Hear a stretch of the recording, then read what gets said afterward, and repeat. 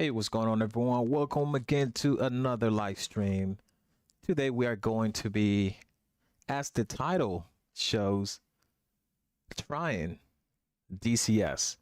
I bought this game or simulator, not to offend some people out there. I bought this simulator some time ago, probably I'll say around October, November last year. About the time we had the last Black Friday, and I bought a bunch of other stuff, such as the hot test, this kit here, which I don't remember what it's called, and a throttle as well, all during the Black Friday. And then I bought a couple modules in DCS, such as the F-18, the F-16 Viper, the Carrier, and I think it was like probably 1 or 2 maps, and of course a couple missions. I got it all during Black Friday. But this freaking simulator is super intimidating for beginners. This is just not like Flight Simulator or X-Plane, where you just learn the plane, learn the basics, and off you go. Here, man, whoo, whoo. There's a lot of stuff going on here, man. There is a lot of stuff going on here. Anyway, let me readjust the settings here, because somehow it was set to my settings on my max FPS. No, we wanna do 100 FPS if we can do 100. But again, yeah, it was actually set for my 24-inch monitor, but now we are rocking the ultra wide. So terrain, textures, some of the settings are, I believe, set for VR, but we're not gonna be doing VR today. So upscaling, I don't want no upscaling. Anti-aliasing, I think we do wanna have anti-aliasing. We're gonna do TAA. What else? Let's see here. Visibility range. Man, I want to have proper visibility, that's for sure. Civil traffic. Let's just do medium. Clouds ultra, water medium. Screen space. Why is this off? Let's set this to high. What else do we have here? Lens effects, dirt flare. No, that's fine. We're just gonna keep it like that. Heat blare. Don't remember what that one does. Motion blur amount, depth of field, screenshot format, color grading, no color grading, and these are just VR stuff here. Anyway, I think I will just apply this for now, and maybe I can save it here.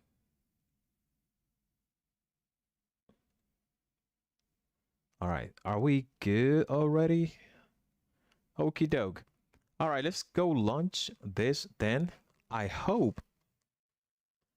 really hope all of these buttons here are still mapped, because I actually spent hours setting them up. Last time I gave this a try, which was probably sometime last year. I checked and there's no actual firmware updates, so it should still be the same from the CMAP Pro's point of view. But there's been a couple of updates for DCS. So right. Okay, so we're looking better now. What I want to do now is I want to have the mouse. I don't want it to be confined to the screen here. That way I can just come out. Now there's something for the audio.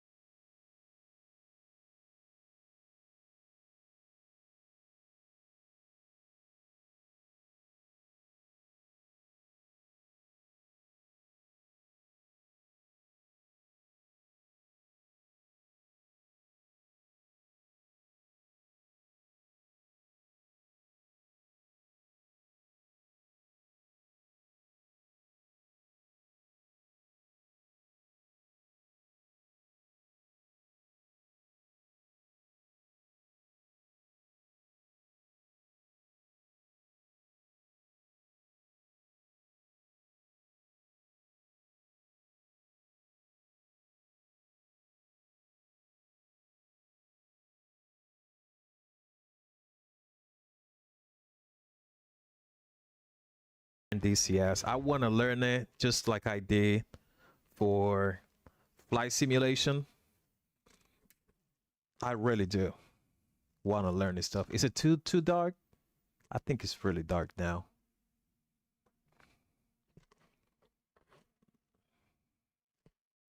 Do I have to flip this better here? No, I don't want that like that. All right, let me get this other light on. There you go. So we have something in the background. How does that look? Right.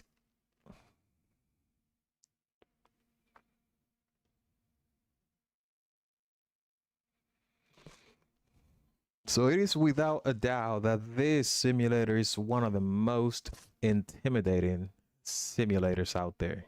So some permissions here that this stuff is asking for. Okay, let's take a look and see. Introduction and basic controls.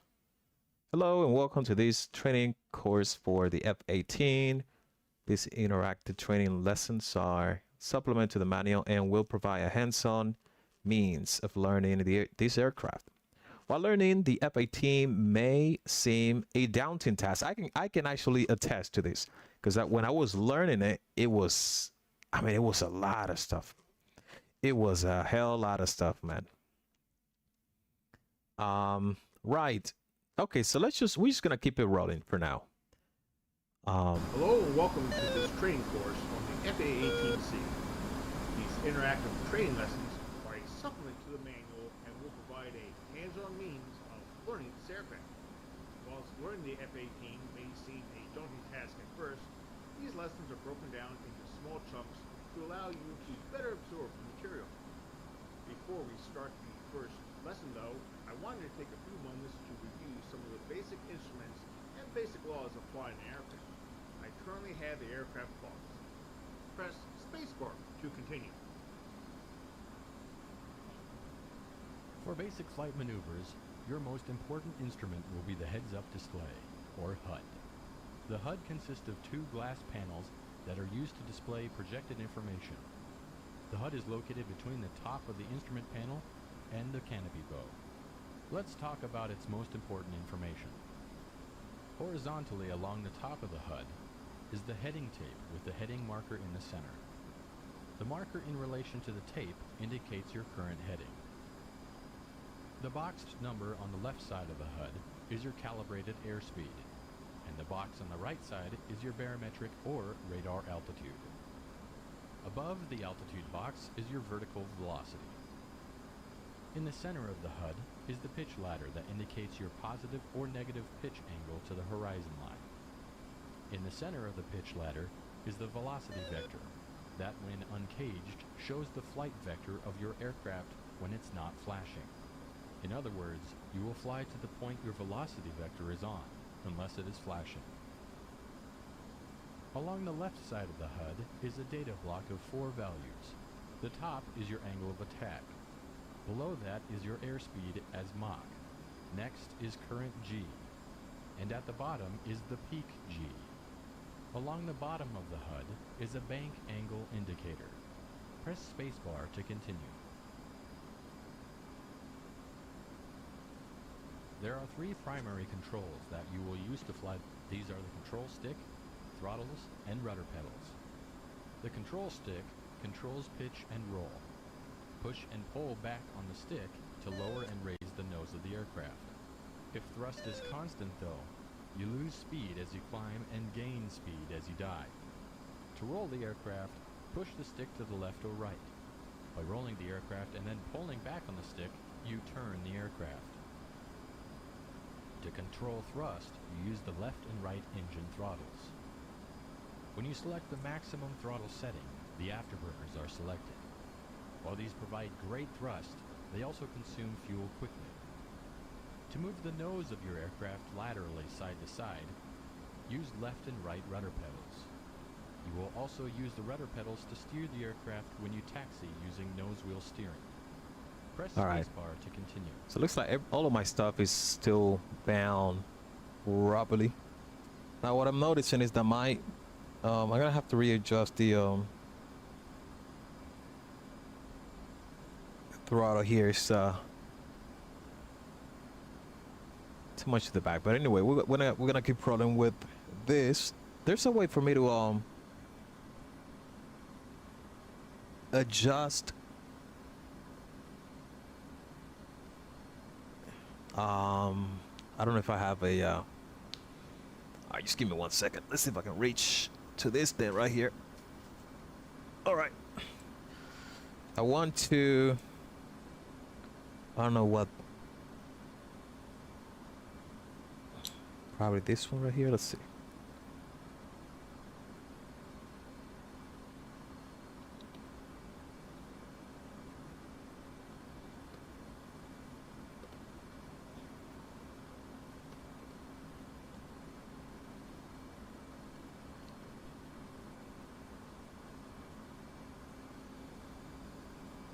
Still got to make it a little tighter.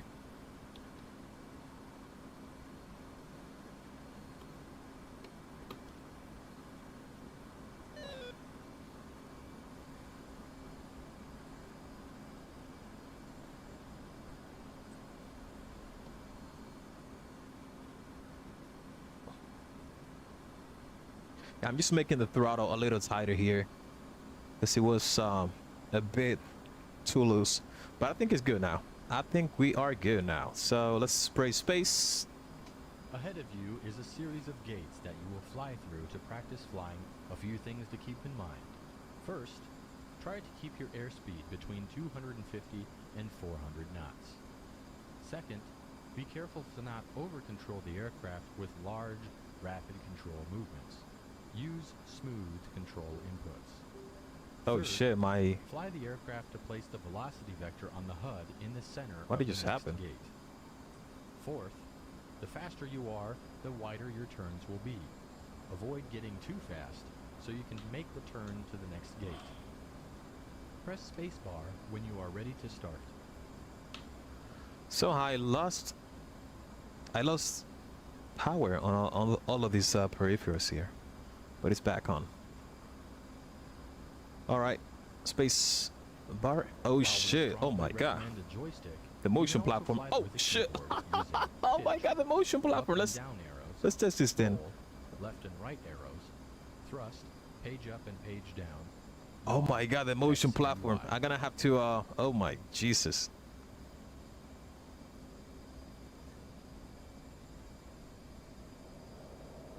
Oh my god! The motion platform. And the camera just went off. I just noticed. I think I lost all of the USB apparently for some reason.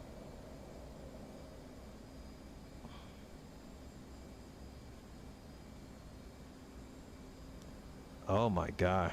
The motion platform. I think I will need to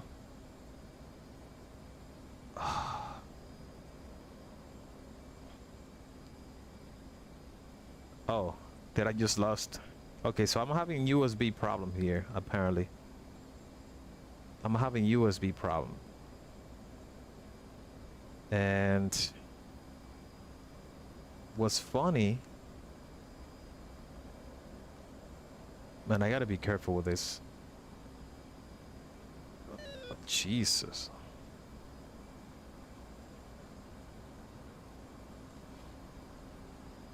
All right, let me pause it. How do I pause this then?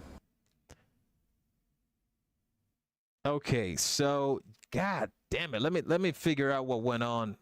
Oh, it looks like oh, the stream is still live. Okay.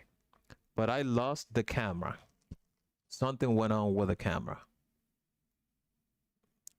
Let's see what happened.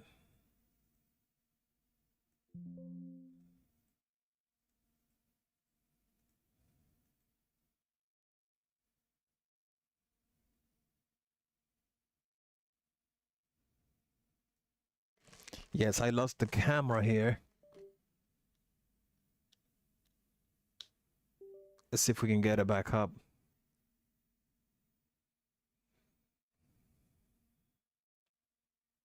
All right, I think it's back up.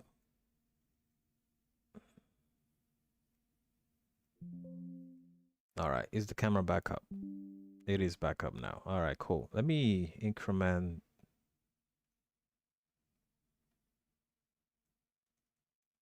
Because it's kind of dark. Probably better if I just turn the lights up again. Right, so one thing I gotta do, I'm gonna unfortunately have to remove this device from here.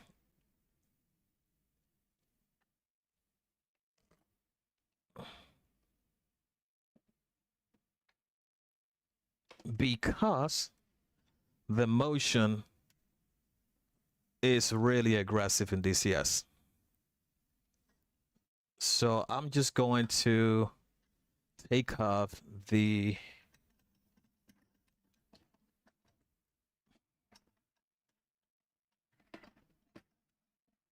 thing from here to avoid it from smashing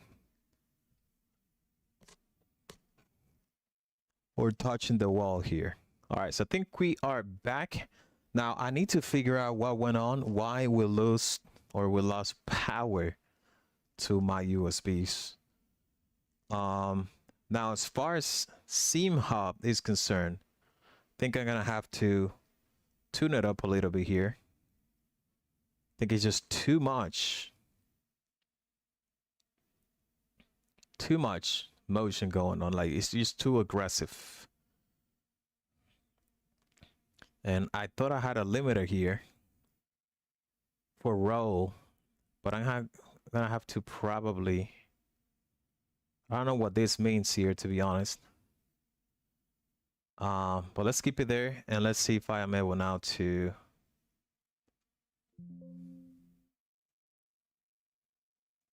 let's see.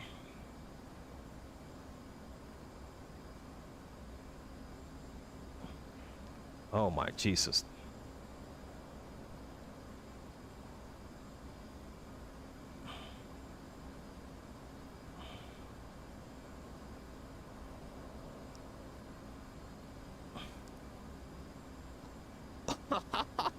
What the fuck? Yes. Oh my gosh. Oh my freaking God, bro.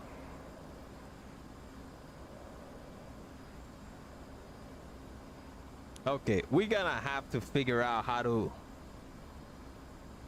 altitude. All right, hang on. Let's gain some altitude. Let's bring this guy back up to the horizon. About here should be all right. Okay, guys. So there's something, man. I think this is just too much. I think this is just too much. Now I got to figure out where can I, because I don't know.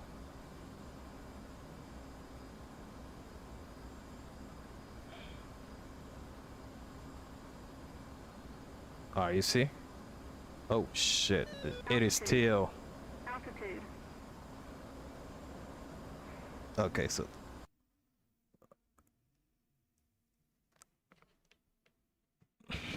oh my God, this is freaking insane. Like, the motion platform is absolutely crazy.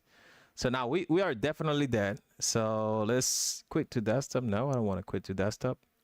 I want to quit the training and then get back to it. Let's restart the session. All right, let's fly this again. But I really have to tune this thing right here. Like, the roll is just too freaking much. Orientation and acceleration. Let's do 70 for smooth. I'm gonna put everything on smooth here. Smooth. This will go to 50 for smooth. This will go to 70 for smooth.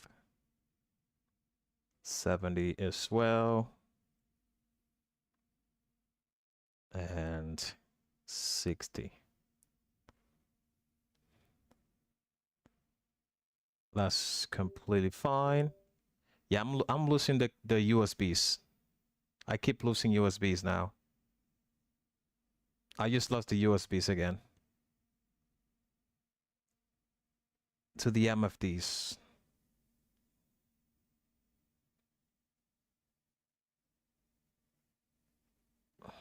I'll have to figure that out, to be honest. At another point. So now let me just try to get the motion tuned down, because I think it's just too freaking much. It is too much. Output settings, and here, if you can't, let's see, if you can use the whole capacitive platform, you can use customize axis limiting to block the motion to your safe space. You can use the control to safely test the angle. Rolled 12 degrees. I think I have to bring this down. Like, for example, 5 degree. Let's just do 5 degrees here. And for the pitch, I'm gonna do 9 degrees for pitch. And negative pitch, we'll do 7 for now. Let's see how this affects this thing now. Hello and welcome to this training course on the FA-18C. These interactive training lessons are a supplement to the manual and will provide a hands-on means of learning this aircraft. Whilst learning the F-18 may seem a daunting task at first, these lessons are broken down into small chunks to allow you to better absorb the material. Before we start the first lesson though, I wanted to take a few moments to review some of the basic instruments and basic laws applied in an aircraft. I currently have the aircraft box. Press spacebar to continue. For basic flight maneuvers, your most important instrument will be the heads-up display, or HUD. The HUD consists of 2 glass panels that are used to display projected information. The HUD is located between the top of the instrument panel and the canopy bow. Let's talk about its most important information. Horizontally along the top of the HUD is the heading tape with the heading marker in the center. The marker in relation to the tape indicates your current heading. The boxed number on the left side of the HUD is your calibrated airspeed, and the box on the right side is your barometric or radar altitude. Above the altitude box is your vertical velocity. In the center of the HUD is the pitch ladder that indicates your positive or negative pitch angle to the horizon line. In the center of the pitch ladder is the velocity vector that, when uncaged, shows the flight vector of your aircraft when it's not flashing. In other words, you will fly to the point your velocity vector is on, unless it is flashing. So again, guys, we're doing some of the basic training, and also I'm actually taking the time to just tune the motion. The motion was just absolutely insane with the default settings in DCS. So I have very limited space here, so I need to avoid my rig from, I guess, destroying the wall that I have here to my left. And I'm gonna move the throttle because the throttle is just too far back. Really uncomfortable to hold the throttle where it is right now. So I'm gonna put it here. I hope it's not gonna be, or it's not gonna mess up with. Yo, Mexican Aviator, what is going on, my friend? How are you doing? Let me move some of the peanuts. And honestly, I thought where I had it was good, but clearly it was not. And I'm talking about the throttle here. The HOTAS All right, so let's see. Where is the head of this thing? All right, think this is good where it is right now. How you doing, Mexican Aviator? How's everything, man? All right, I think we got it. Let's just put the bolt back in. So I think we have it on a very nice spot right now. Jesus.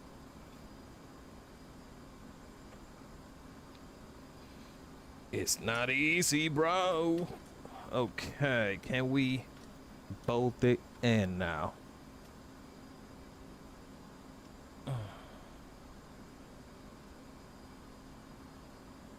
All right, we got it. We got it. Now let's put the other bolt in place. Got it. Align the bolt now.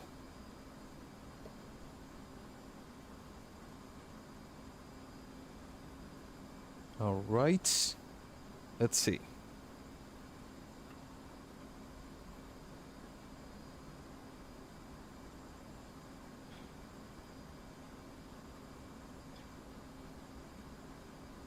All right, we got it, guys. We got it. Now I gotta make sure that now I'm able to do.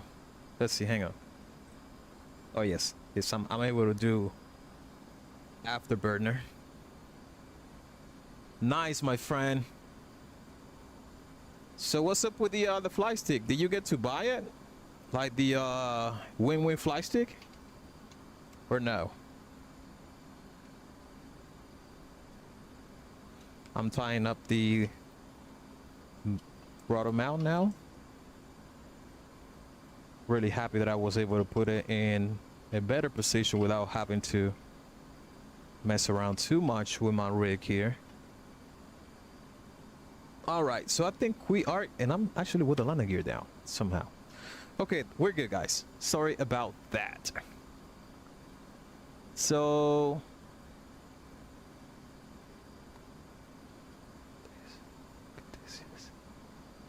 man, DCS, I'll tell you something, man. I got DCS last year during the Black Friday, and I got it.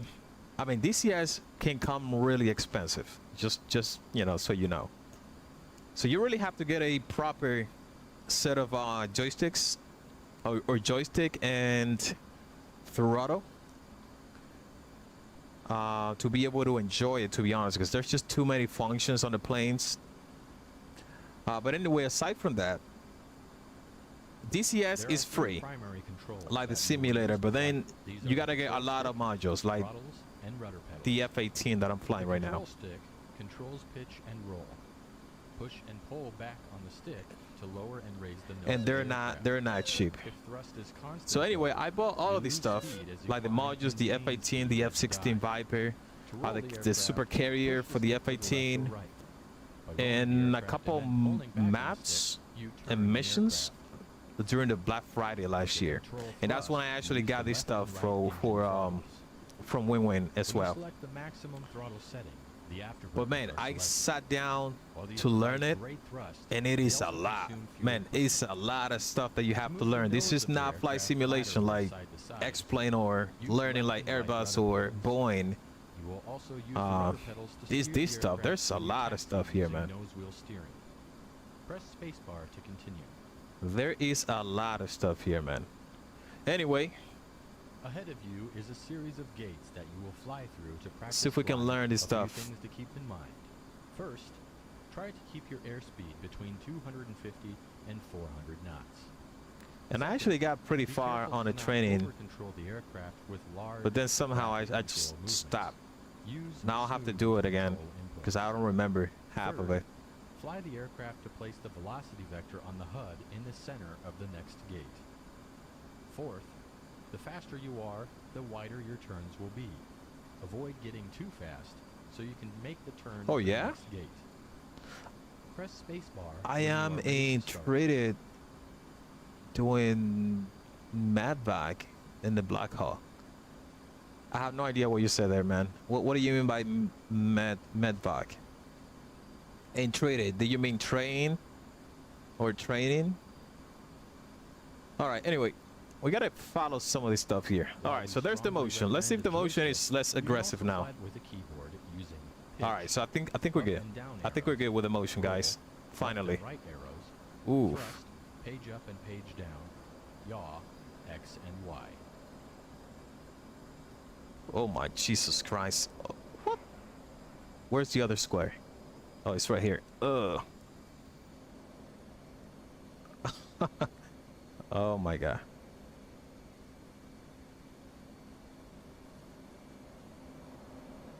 And where's the other one? It's right there.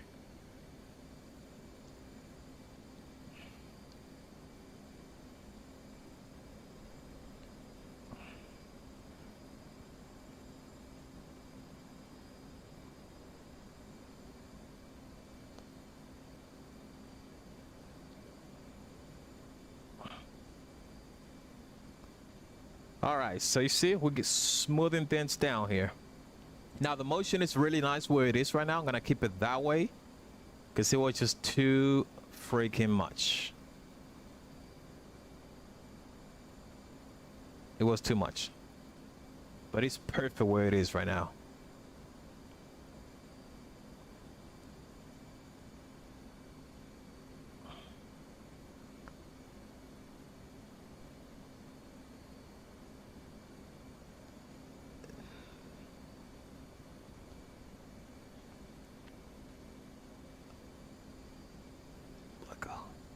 Oh, in the black hole. Okay.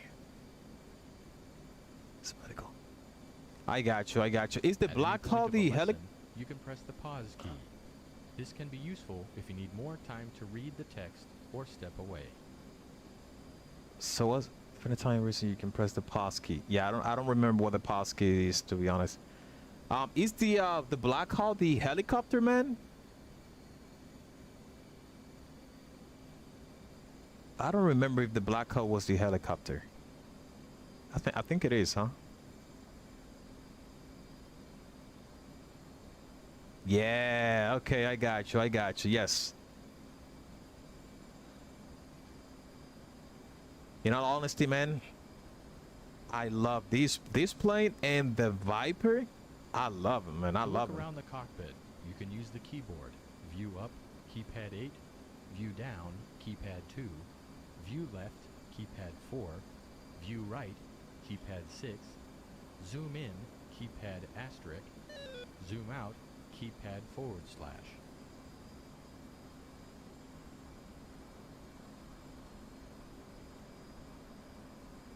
Yeah, this is a perfect mission to tune your the motion platform. Freaking nice. Now I don't know if you guys are noticing like the bank angle when I'm doing it, like what the motion is doing. Yeah, I think you're actually noticing it. I just picked at the camera. Aircraft and other aircraft, F2. Flyby of your aircraft, F3. Return to the cockpit, F1. Ooh, oh my God, this is so awesome, man. This is so freaking awesome. Beautiful. Man, the motion feels better here in DCS than in Microsoft Flight Sim. Although I haven't tried any like small plane. I've been just doing I think we're done. Also move your view to other entities in this I've been lesson. just doing Other airliners. aircraft, F2. Ground units, Some of the F7. views to either. Ships, F9. Cycle through airfields, F11. The map, F10.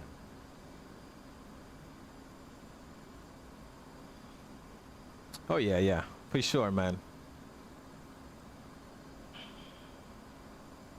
Now DCS looks absolutely amazing now. Look at those clouds.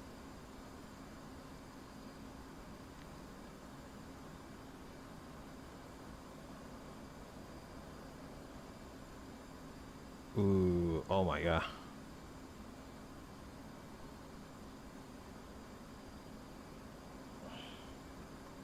Oh man, it's gonna be amazing doing the carrier mission, like to land the airplane or land the aircraft on the carrier. I think that was the mission that I was struggling the most, just to be on a proper angle or profile.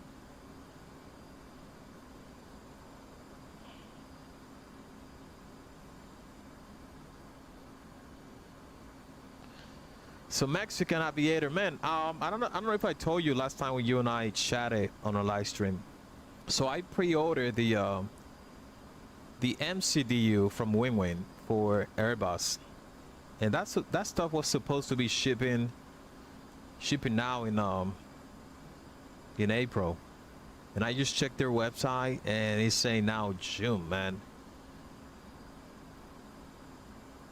I don't know what's going on with that, but I guess one of the things that I think it was good that I went and checked their website, because I noticed today that the Boeing FMS, which they call PFP3, I think, was available in Europe. So I ordered that one immediately, like 120 euros, really cheap for what other brands are charging.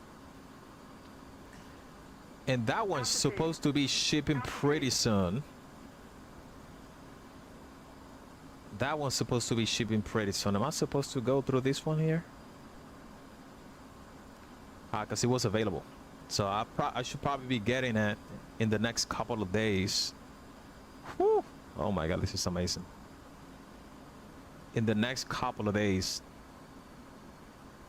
And who knows? I might be able to tune that one in a way that I'm able to use it with Mobiflight on both Airbus and Boeing. And if that's the case, then I'll probably cancel the pre-order ID for the MCDU. So we'll see how that goes. We'll see how that goes. And the funny thing is that the one that was available today, like the FMS for Boeing, as soon as I ordered it, I went back to the product page and it was saying pre-order. So it looks like they only have one FMS available at the minute. At that minute that I was just looking at the website. And as soon as I order it, it's out of stock again. So I think I got lucky. I think I got lucky because it shows now like it's going to be available in 40 some days. So hopefully I'm not getting a return from someone else. Hopefully I'm getting a brand new spinky brand new FMS. So it was either luck or someone may have returned one and they are just reselling. Oh, so I'm supposed to be landing here? No, I don't think I'm supposed to be landing. So this is taking me to the airport.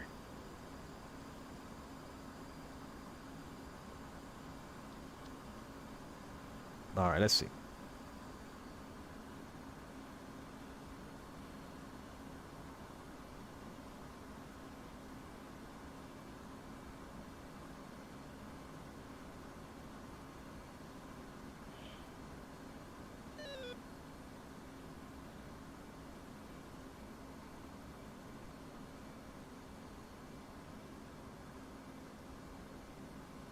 All right, look at the airfield. Not airport, airfield is what they call it.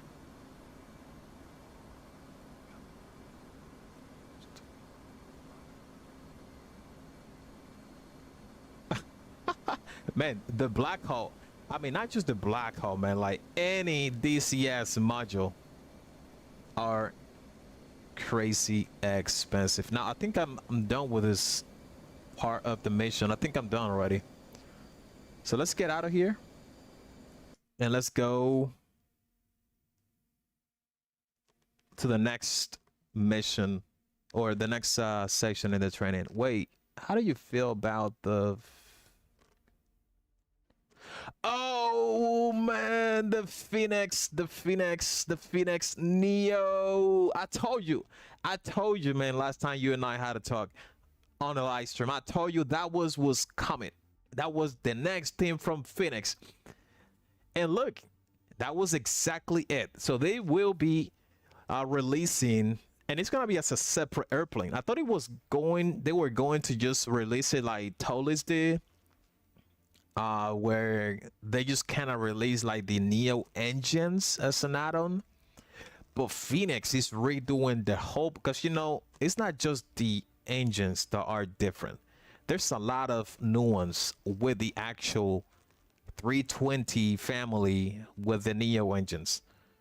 There's a lot of stuff on the cockpit that has changed as well, such as the radio panel, some other stuff about avionics, and Phoenix is actually doing a whole new airplane, 321 I believe, and 320 Neo.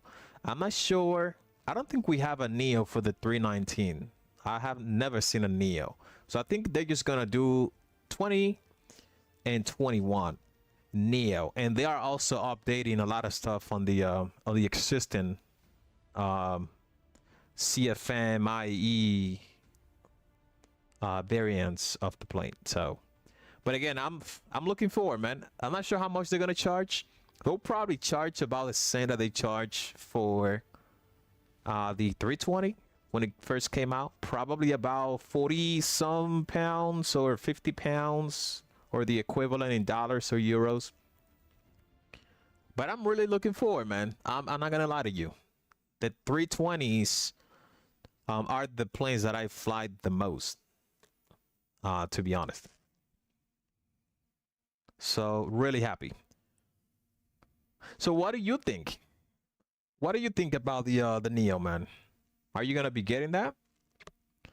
All right, so this is the new section here on the training. So this is gonna be cold and dark. So there's a lot of stuff here that's I gotta make sure it's in the right position.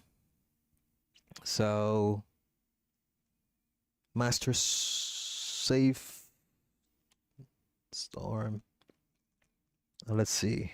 Folded, landing gear down, power brace set here on my peripherals, flaps auto, that's fine. The launch bar should be retracted, which it is. The wings are folded, which it is. I think it's fine. So let's go in. Welcome to this training here on starting up the F-18. In some missions, you will find yourself in a cold and dark F-18 that you will need to bring to life. While this can be a rather long process as described in the manual. Oh man, I can tell, man. I was freak. I jumped out of my chair when I saw that stuff, man. Full startup procedure. Press spacebar when you're ready. Really looking for. Did I just lose the mouse here? The first thing we need to do is enable the two batteries. This will allow operation of the canopy and power the engine igniters. You'll also notice that the integrated fuel and engine indicator, or IFE, in the lower left portion of the instrument panel will have power. Move the battery switch to the up or on position with a right mouse button click. I think the battery switch is about.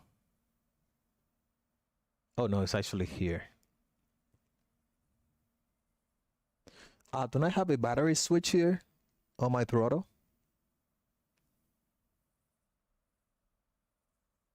No battery switch here. I thought I had a battery switch. I don't see a battery switch here.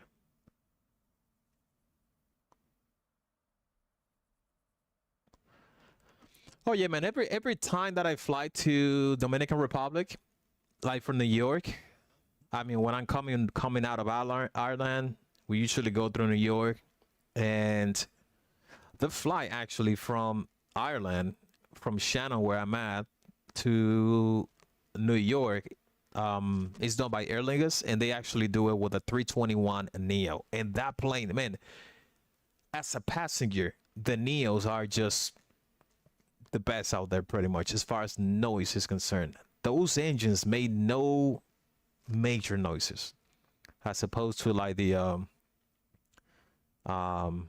so I'm supposed to be putting this where on The FA-18 has two compared with the Boeing's that test for fire in the 737. auxiliary power I heard unit that the and bleed air system. that the Before Max going into is detail pretty on that, quiet though, too, but I then check haven't the been in the hydraulic Max. pressure gauge for the wheel brakes shows at least 3,000 psi. Confirm this by looking at the gauge, which is located to the left and up from the highlighted fire test switch. All right, so Okay. Now put the spring-loaded fire test switch in the up test A position and keep holding it Engine up fire to left. test the A surface. Engine fire To left. do this, place the mouse over Engine the fire right test fire. switch and hold Engine down right the fire. right mouse button. APU Keep holding fire. the mouse button down APU and do not fire. release it until it Bleed runs air through left. all the fire Bleed test air audio left. warnings. Bleed air In right. addition to the audio Bleed air warnings, right. also note the fire warning lights on the upper left and upper right portions of the instrument panel. When it's done, press the space bar. am I supposed to do a beat test as well? All right, I think we're good. Now, he was talking about a pound for the fire test. Was he talking about the I think he was talking about somewhere around here, I think. I was not paying attention. Anyway. We will now do the same thing for the B circuit. Yeah, I saw it After on waiting Discord, 10 on their seconds, Discord. Place the mouse over the fire test switch and hold down the left mouse button to move the switch in the down test B position. All right. Keep holding it down and then release it once all the fire warning audio messages have been played. Well done. Engine Press fire spacebar. left. Engine fire left. Engine fire right. Engine fire right. APU fire. APU fire. Bleed air left. Bleed air left. Bleed air right. Bleed air right.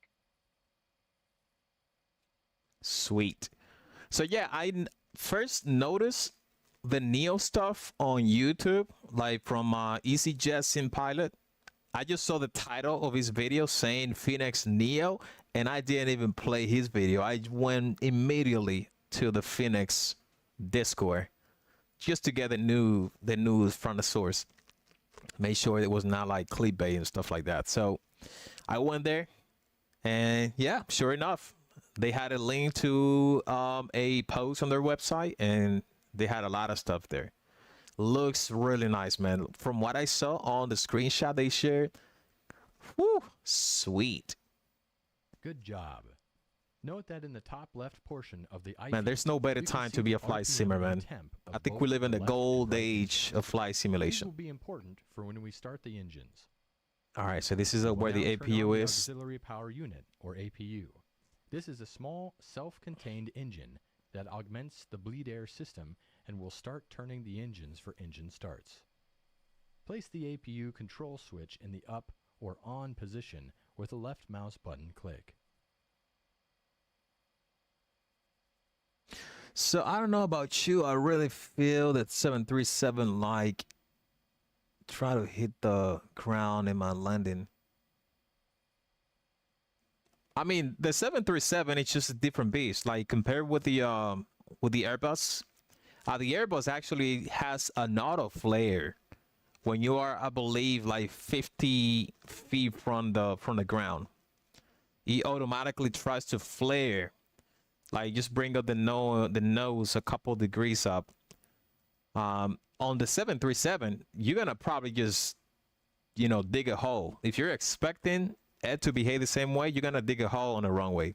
So you have to be more hands-on with the 737. Which, don't get me wrong, I love being hands-on with the 737. I love the 737, but I tend to be flying more the Airbus.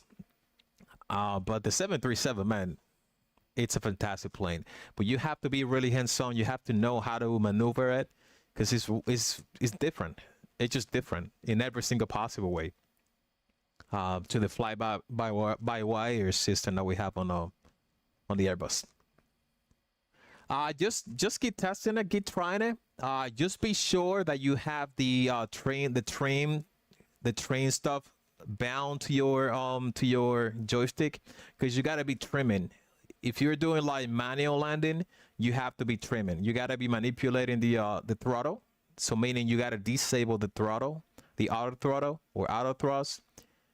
And then you have to have on your joystick, you have to have the trim keys bound. So you can trim up the nose or trim it down so you can have the plane on the proper profile. When I was learning 737, I was struggling a lot, just like you did. So cheap viewers on Streambo. Okay, so it looks like we have some Twitch. How can I block this stuff?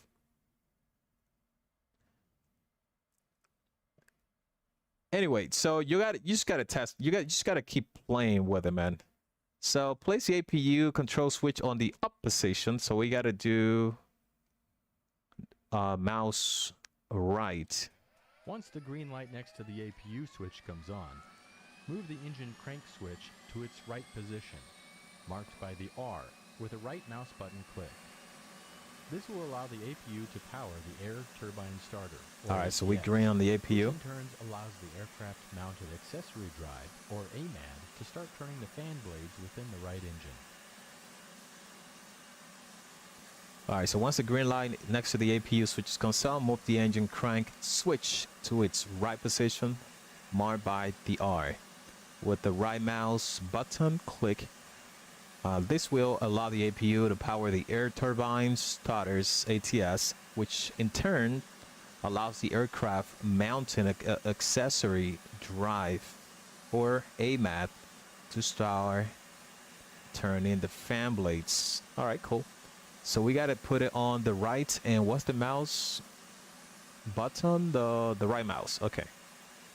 Once the right engine RPM has reached 20%, as indicated on the IFE, move the right throttle from off to idle by pressing right shift home. This in turn will introduce fuel into the engine combustion chamber and start the igniters. So once the right engine RPM has reached 60%, the right engine start cycle is complete and the right generator is automatically engaged. Once at 60%, move the right throttle. Oh, I got to move the right throttle. Ooh, I think I got the throttle here. I think they are hooked.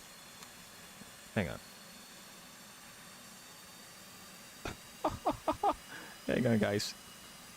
All right, because I actually got them both hooked up. So here they gotta be individual. All right.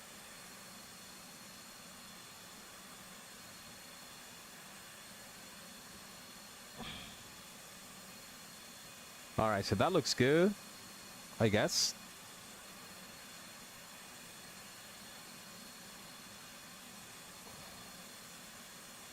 For now, this turn, okay, so once the right engine has reached 60%, so it looks like I just messed up something here. So let's just put this back.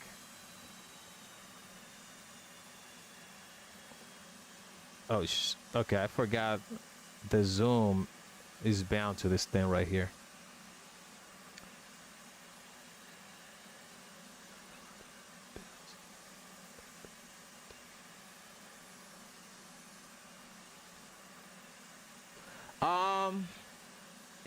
Yeah, like the dimensions of the flight deck of the Inabels A321 Neo in FS flights in 2024. Actually, I think they also have it on 2020.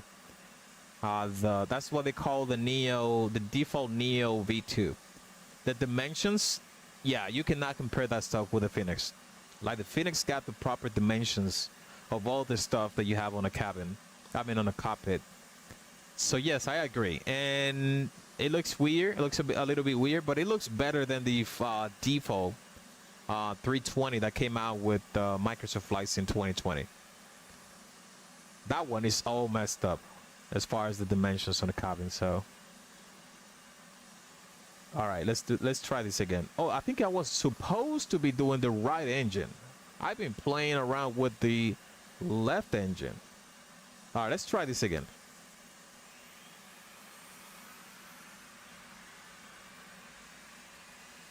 Just gonna wait for 20%. There you go. And there you go. Sweet. It's gotta wait now for this to hit 60%.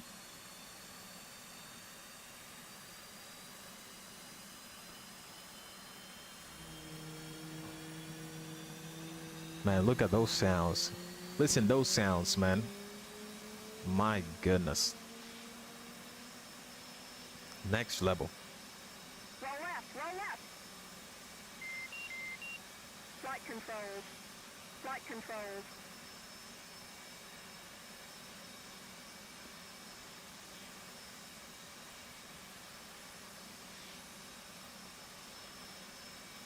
Alright, so I guess we gotta do the left engine. When we conducted the tests of the A and B fire test circuits, we also closed the bleed air shutoff valves. We need to reopen these by rotating the bleed air knob clockwise 360 degrees, from norm to norm. Do this by right mouse button clicking on the outer portion of the knob. When done, press spacebar. Alright, that's it. We need to close the air bleed. We need to reopen these valves by rotating the bleed air knob clockwise. Alright, that's it.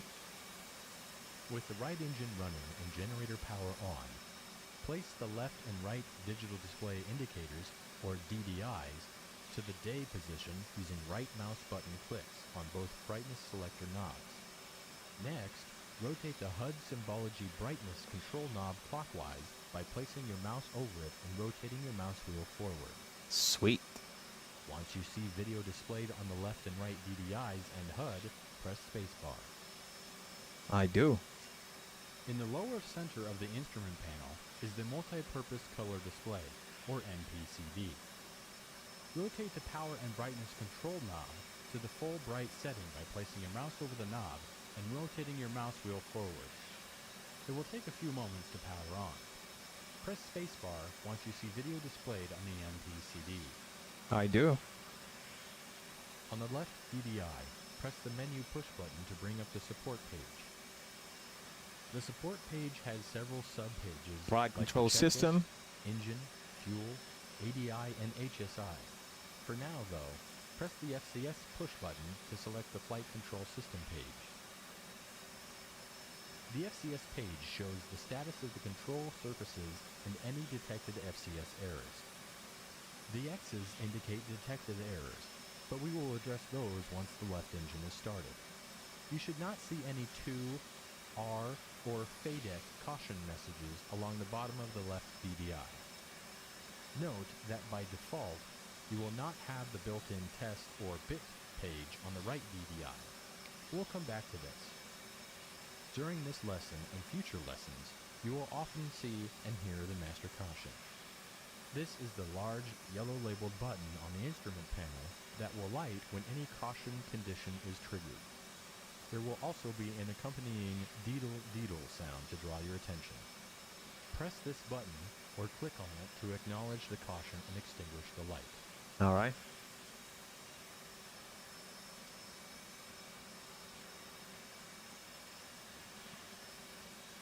Press the master caution again to restack the caution and advisory notices along the bottom of the left DDI. Cautions will be along the top and advisories in smaller text along the bottom. If the left DDI is not on, then the caution and advisories will be displayed on another display. By default, though, they will be on the left DDI. Mexican, you gotta get yourself DCS, man. Just buy a hard drive, man.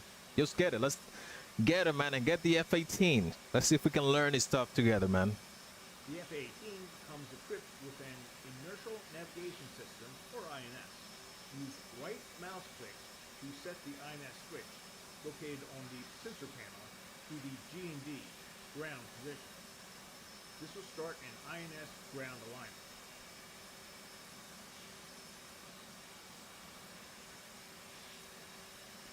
All right, so everything is equipped with the inertial navigation system, or INS. Use the right mouse click to set the INS switch located on a sensor panel. So the ionize switch, yes, it's right here. It's the panel to the ground position. So we got to set this to the ground. Now Here. it is time to crank the left engine. Go ahead and move the engine crank switch to its left position, labeled L, by left mouse click. Once the left engine is at 20% RPM, as indicated on the IP, move the left throttle from off to idle by pressing right Alt Home. This will add fuel to the engine and start the igniters.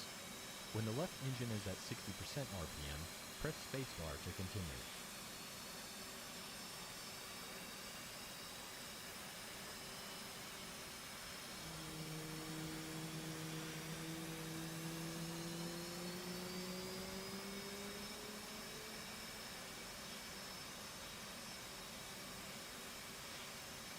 All right, guys, just give me 1 second.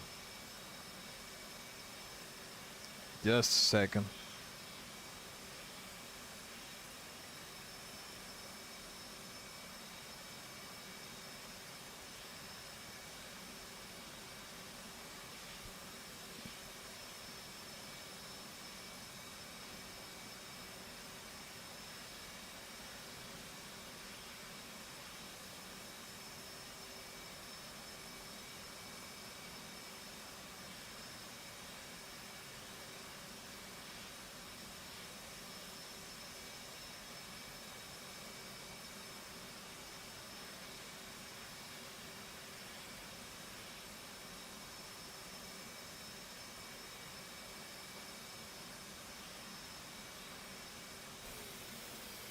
Oh shit. Did the engines went off? Oh no no no. Okay, I got. Flight controls. Flight controls. All right.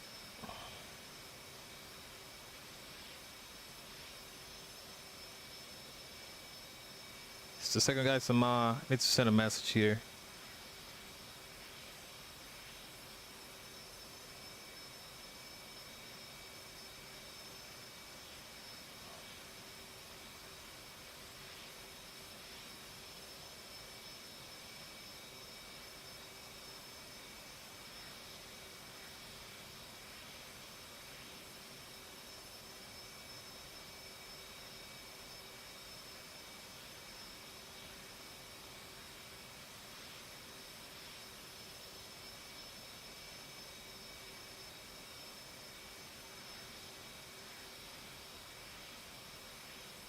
All right, we're back in business. All right, so play pace or press space bar to continue. On the FCS page, we have quite a few X's indicating abnormal FCS readings. To clear these, press and hold the FCS reset button. Which one is the FCS reset button though? Oh, right here. Okay. Located in the back of the left console is the panel for the onboard oxygen generation Oh yeah, system, we need the or oxygen. OBOG. Go ahead and set the OBOG switch to its up-on position. There you To the go. left of the INS switch is the radar switch.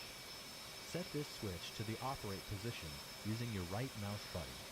Don't worry, the radar will be in silent mode. You won't microwave the ground crew. Our next step will be to run a bit on the Flight Control System, or FCS. Before doing so, set the flaps to the up auto position with the F key, or 2 right mouse button clicks on the flap switch. We'll now run a bit of the Flight Control System. This moves the control surfaces to their limits to test for any software or mechanical errors. First, select the FCS bit page from the bit page on the right DDI. To run the FCS bit, we'll need to activate 2 controls at the same time. While holding up on the FCS bit switch on the right wall, press the FCS push button on the right DDI. Upon doing so, you'll see the controls being cycled on both the FCS DDI page, and if you look outside the cockpit, you can watch the wing and tail control surfaces moving. All right, so you want me to press up here? and then press this. Once the FCS bit is complete, marked by the beep tone, place the flap switch in the center or half position with the left mouse button click on the switch. Takeoff is done with flaps set to half. Once we are airborne, we'll move them to odd. For takeoff, we will want our stabs trimmed for 12 degrees. To set this, press and hold down the takeoff trim button. Upon doing so, you will also notice that the stab values on the FCS page will change to 12. The leading edge flaps, trailing edge flaps, and rudder should all have values of 30 degrees. All right. You should also have no X's on the FCS page. Uncage the backup ADI by placing your mouse over the SAI cage knob and rotating the mouse wheel aft until the red flag is stowed. Man, this startup procedure is freaking intense. Down, closed position until the canopy is closed. Do this by pressing the key combination or placing the mouse over the switch and holding down the left mouse button. Once the canopy is closed, press spacebar to continue. All right, canopy is closed. Man, we're making progress. At this point, the INS has been aligned as indicated on the MPCD HSI page. Move the INS switch from ground to nav with one right mouse button click on the switch. Prior to taxi, press the menu push button on the left DDI to go to the TAC or tactical page.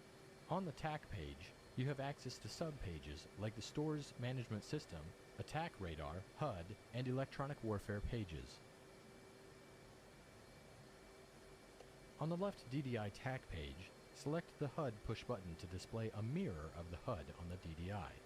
This can be useful when head down or in case of HUD failure. Let's now set up the right DDI. Press the menu push button on the right DDI to bring up the tactical page. I think here this guy's gonna ask me to Press the menu push button again to bring up the support page. support page.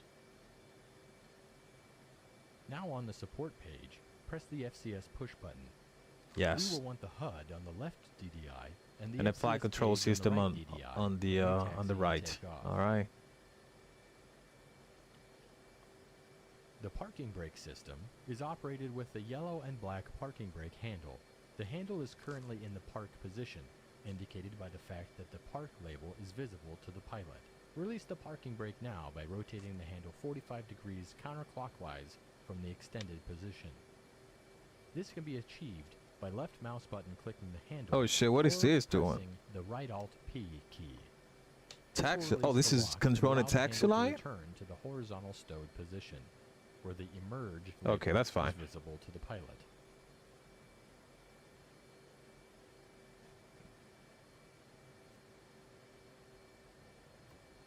This concludes the current lesson on starting up the F-18.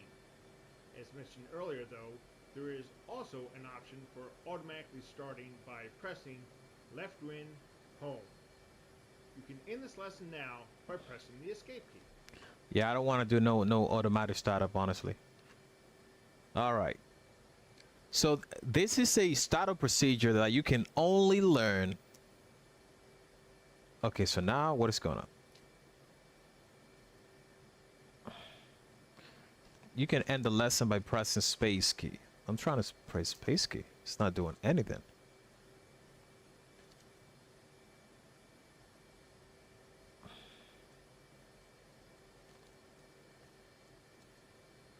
Yep. Ah, the keyboard just died on me? All right, let me reach out for another keyboard here. Oh. All right, let's see if this guy is working.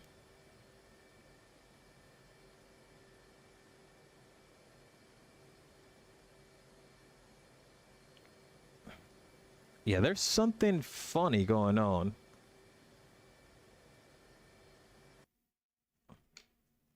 Okay, hang on. I think this was actually working. Yeah, it was working. So to end the lesson, press the space key. All right, so I think we're done with this lesson. So let's go out and let's do the other lesson.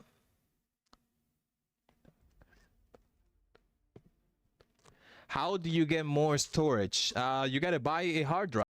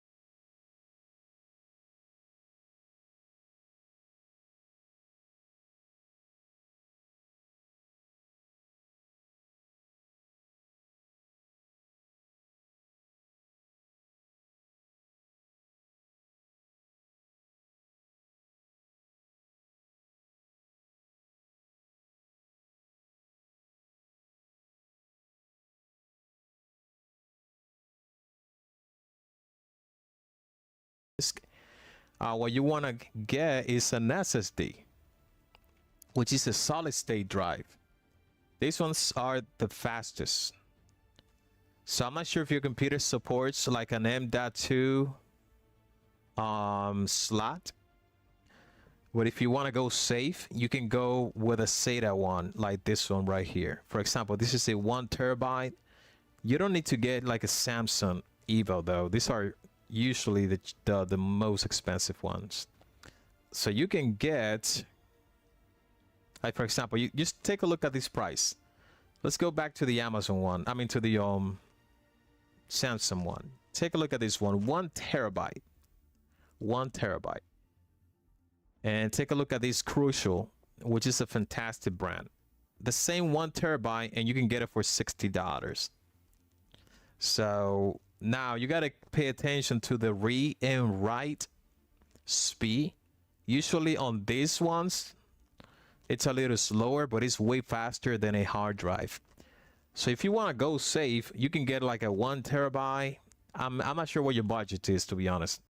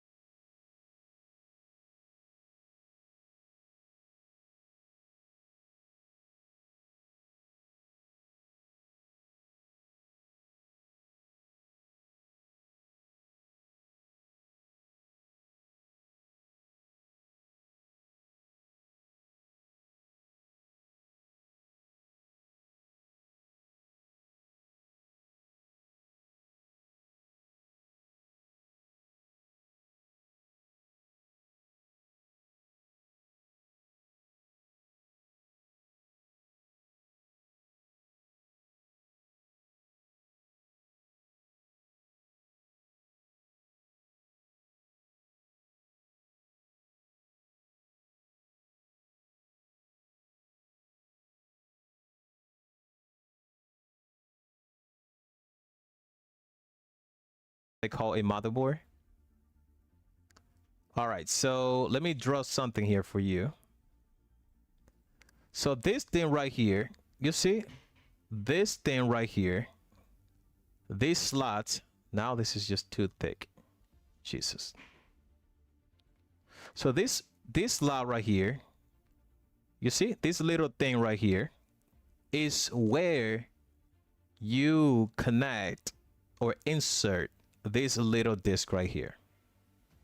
This is a solid state drive. These are the better one because they give you like way faster speed, read speed and write speed. So you need that for most simulators pretty much. They like to have quick access to storage. So you really want to go with this. So if you want, you can pin me right now on Discord and I'll share this link. Or you can just grab this thing right here, some of these names, and see if you can find this one right here. If you are in the States, I think you should be able to get it from there. And it's really cheap right now. 1 terabyte for $63. That's just the bargain for a Gen 3 M.2. Now you got to make sure, man, you're going to have to pop up your desktop, open the cover, and see if it's got this, I don't know if I can even zoom here. If it's got this little slot right here. Again, this is the slot that you're gonna want to look for, this one right here, because that's where you put that disk in pretty much. If this is getting too complicated for you, then I recommend you to just, I don't know if you have like a family member that knows this stuff more than you do. Sweet. Oh, you found it? You found it on yours, on your motherboard? Just to be sure, send me a picture, man. Send me a picture. Take a picture of that slot from your computer and send me a picture on Discord. How do you get the MCD? If you're talking about this right here, I got it from WinWin. From WinWin website right here. winwin.com. I got it. Let me show it to you. I think it's going under combat flight. Yeah, combat flight panel right here. Combat flight panel.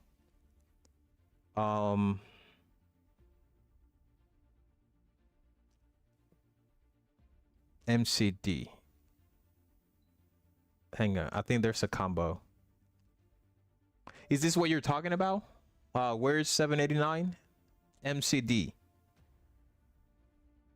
Because they call it MIP panel.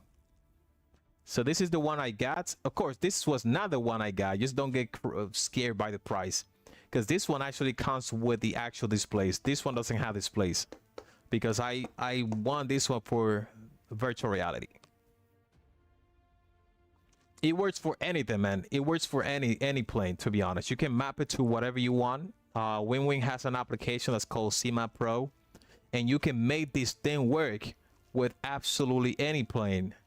They even give you profiles on the CMAP Pro application, and you, just with one click, you can set it up for whichever plane you want, the helicopter, the Viper, anything. Now, this was not the one I got, because this one comes with the displays, and it comes with the... It also comes with the Viper ICP here. This one is really expensive. So the one I got was way cheaper. So let me see if I can show it to you. So combo, there's one, a VR combo. There you go, right here. This is the one I got. You see, right here. It comes with absolutely everything you see here on the screen. It does not have displays though here.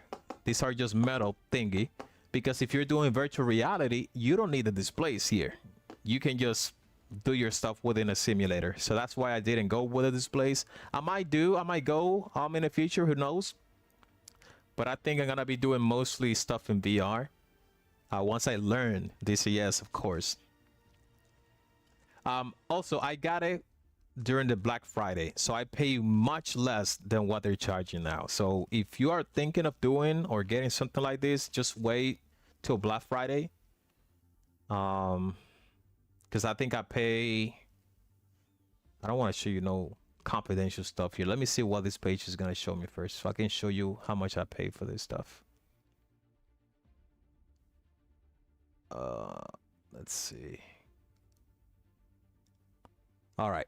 Yeah, I think I can show you this. All right, so this is what I pay. So you see I paid 380 for the whole MIP right here, 380, and I actually bought it during the Black Friday deal they had. It was November 17 when I put the order in.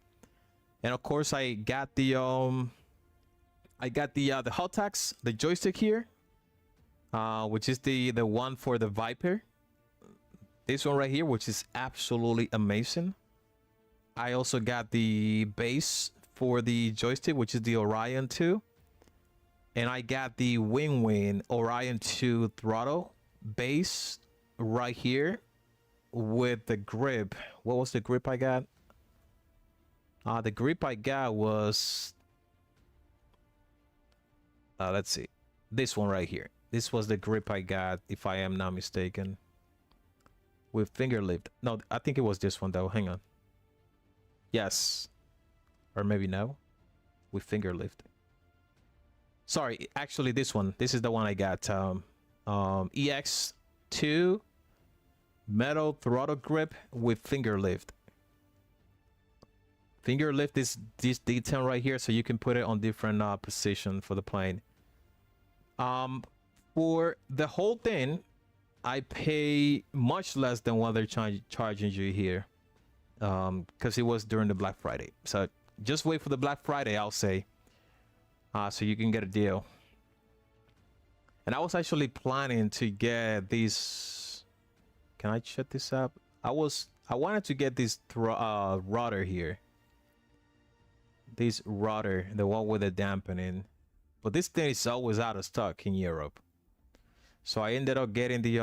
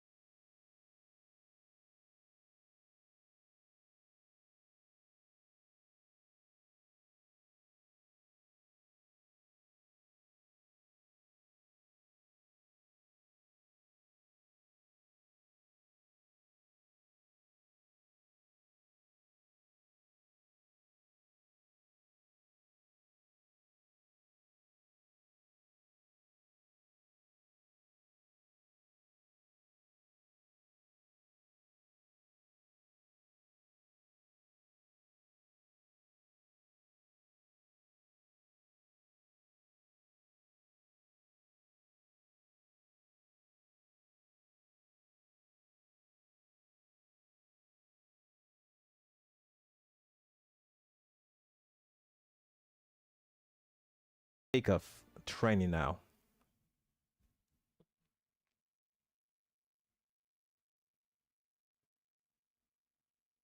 Oh, you want it, but you can't afford it. Yeah, man. It gets crazy expensive. It gets crazy expensive, man. And where you based? Where's 789? Are you outside of Europe or the United States? Because I know for people like outside of Europe and the US, it gets even more expensive because of the import taxes from those from different countries. All right, so what's the situation here? In this lesson, we're starting in a up and running F-18, and we'll learn how to taxi the runway to the runway and take off. Yeah, you better check, man. We're starting in To make sure. up and running F-18, and we will learn how to taxi to the runway and take off. Before we taxi out, though, let's set up a few more items that we did not cover in the cold start. Oh shit! Press spacebar. It's my rudder. Ready. Oops. Yeah, it's working. All right, so what do this guy want me to do? Let's see. Spacebar.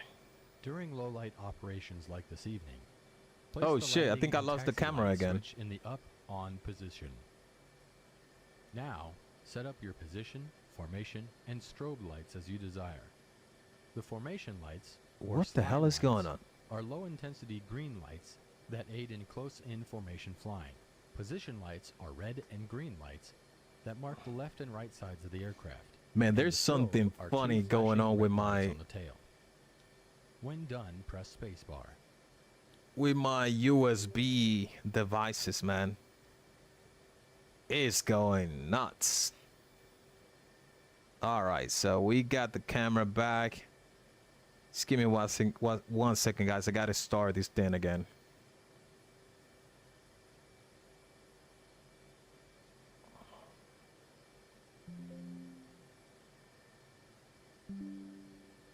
All right. And look at all the stuff here. You see? What is going on? Is it just this thing? I think the camera is just... Oh shit, what are you doing? Wait. Oh my god. Let's hit the parking brake.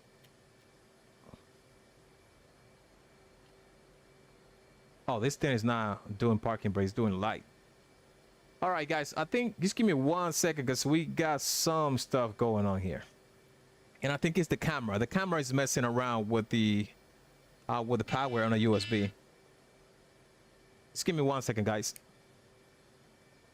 I think even the image looks weird now. Like grainy. What is going on? That's weird. All right, just give me 1 second. I think there's something going on with the camera. Maybe taking too much power. Or eating too much power from my USB hub. So I'm gonna remove it from where I have it. And then I'm gonna put it on a different port, on a different USB. Shit, what the hell Keep is... taxiing forward. Oh, Practice shit. Both normal NWS and M. Come to a halt just short of entering the runway by using the toe brakes at the top of the rudder. Oh pedal. shit. Just give me 1 second, guys. This stuff is all messed up. And I think it was the cell phone, because I'm using a cell phone for camera with an application. It was eating too much power, apparently. So I'm just going to move it from where it is right now.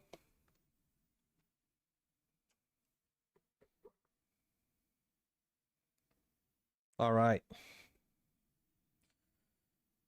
All right, guys. So I think I have it on a better place. I'm wondering now, should I get... Yeah, that's fine. Oops. Oh, shit. All right. Let me get back on the cockpit. And let's set up the camera again. Wow. Wow. Okay. Can we make this work now?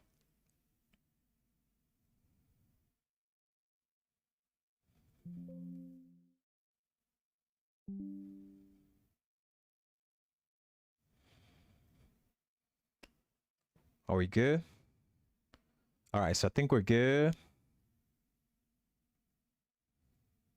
So let's start. We're gonna start this mission again because it got really ugly for a second there. Fly again. My goodness.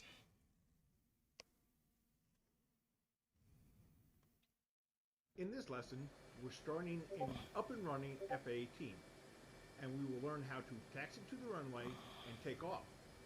Before we taxi out, though, let's set up a few more items that we did not cover in the cold start lesson.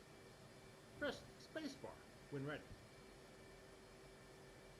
During low-light operations like this evening, place the landing and taxi light switch in the up-on position. Now, set up your position, formation, and strobe lights as you desire. The formation lights, or slime lights, are low-intensity green lights that aid in close-in formation flying. Position lights are red and green lights that mark the left and right sides of the aircraft, and the strobe are two flashing red lights on the tail. When done, press spacebar.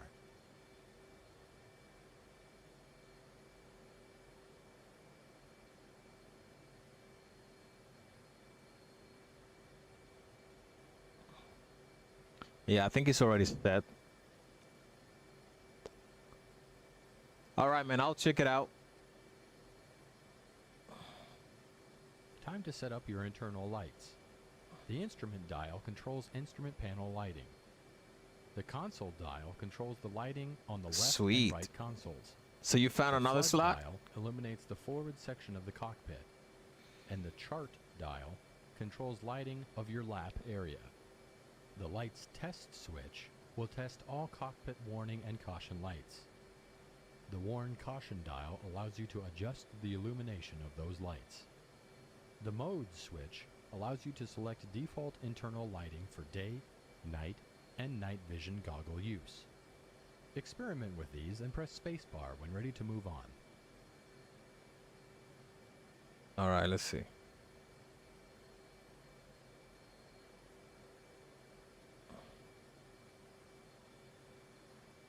All right. Now, what I noticed is that this is not actually controlling the lights here on the wing stuff, or maybe because we still got lights here. Okay, that's fine. That's actually controlling this stuff here. All right, that's cool. What about this thing right here? Because I think I have lights here. Yeah, I think I got stuff for lights here as well. No, it's not going off though. All right, I think we're good. Let's go to the next. On the altimeter, rotate the pressure setting knob with the mouse wheel to set an airfield pressure elevation of 29.90 atmospheric pressure. Press spacebar when it's set. Set to To steer 990. when taxiing, we will use the nose wheel steering, or NWS, by pressing the S key, or the NWS button on the control stick. When engaged, as indicated by the NWS indication on the bottom right portion of the HUD, rudder inputs will steer the aircraft left and right.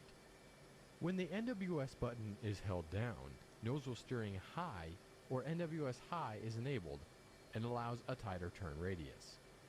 This is quite helpful on a crowded carrier deck. Press spacebar to continue. All right, so let's get the nose wheel steering again. All right, cool.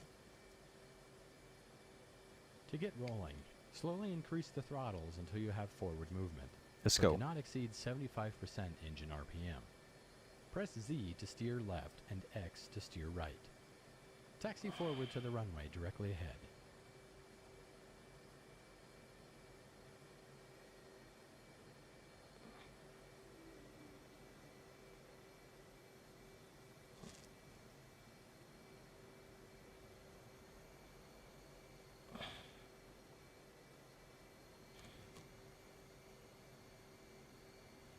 All right, let me put my feet on the throttle.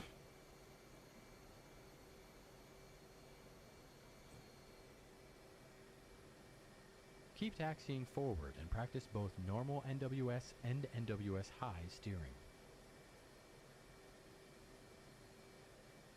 Ooh, you see? We're able to turn way more aggressive with NWS high, which is sweet.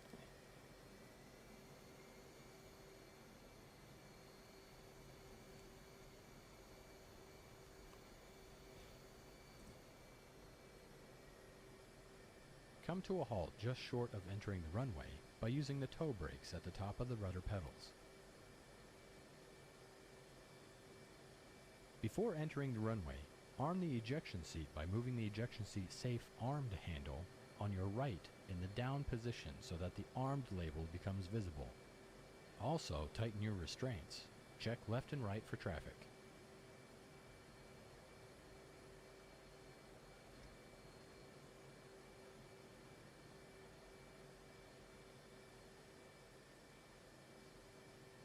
No traffic on final.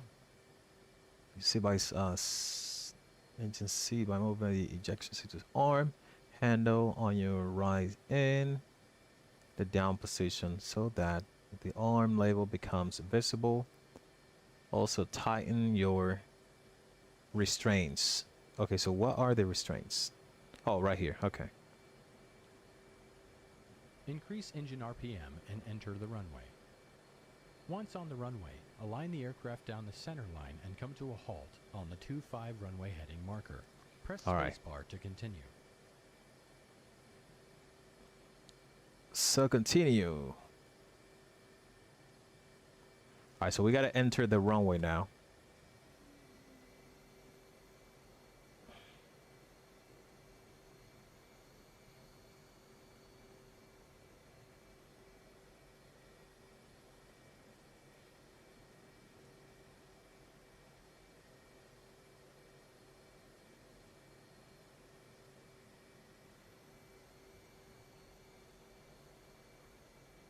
Guys, like learning DCS, like one of these planes for the first time, it's whew, an absolute mouthful, man. All right, press spacebar.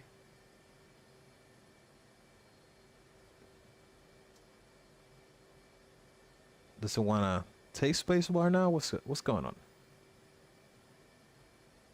Once align the aircraft down a center line and come to a halt on a 25. Oh, okay. He wants me to go to the 25.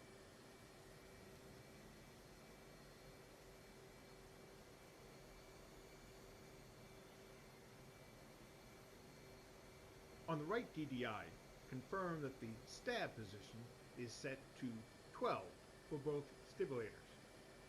While holding down the wheel brakes, increase engine RPM to 80% and check that temps on the IFEI do not exceed 800 degrees centigrade. In an F-18C, you always take off an afterburner. Release the brakes and push the throttles all the way forward to full afterburner. Alright, so alright guys, I think we're gonna, are we set on flaps? On half. Okay, so we have, alright. Let's go guys. Let's go.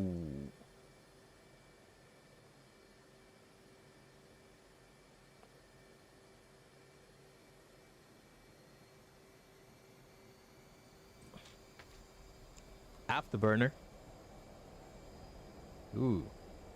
As you roll down the runway, keep aligned down the middle with very small rudder inputs. Keep a small amount of backstick, and the F-18 will automatically rotate and fly off the runway.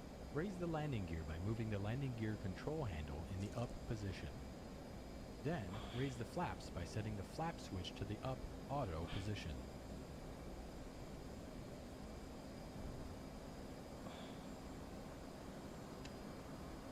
Congratulations! You have just taken off. You can end the lesson now by pressing the escape key.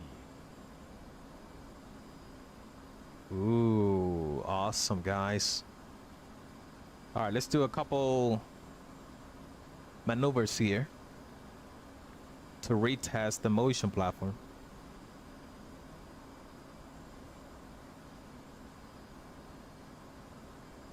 Man, the graphics on this thing looks freaking amazing.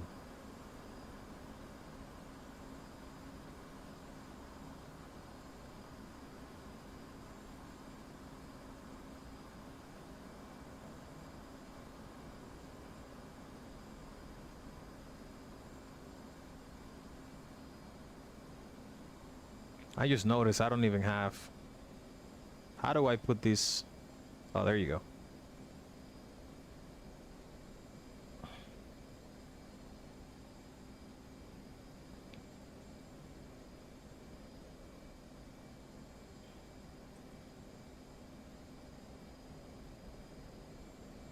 And we are airborne.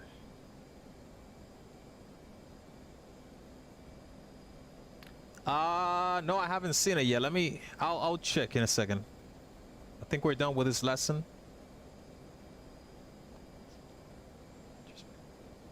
Man, doing Europe flying doesn't really interest me. Oh, you mean doing flights in Europe? Man, I'm gonna tell you something, man. Like, some of the most beautiful places to fly are actually in Europe. To be honest, man, like flying in Switzerland or in Austria, in Innsbruck, like flying into Innsbruck, man, freaking amazing. So you gotta give it a try, man. You're gonna be really pleased with some of the sceneries.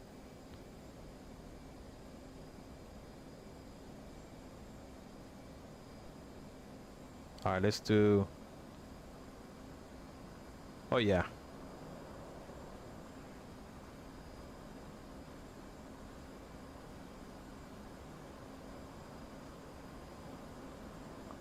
All right, so I think I got it tune sim hub a little bit here. I think sim hub just too is dampening the stuff too much now. But it should be a quick fix. So for pitch and roll, I wanna give it like 12 degrees.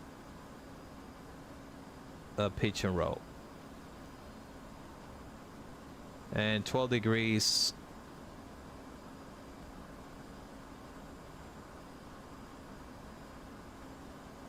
Right. And roll, I think roll is pretty nice where it is. Maybe we can do probably 7 degrees. All right, let's give this a test now.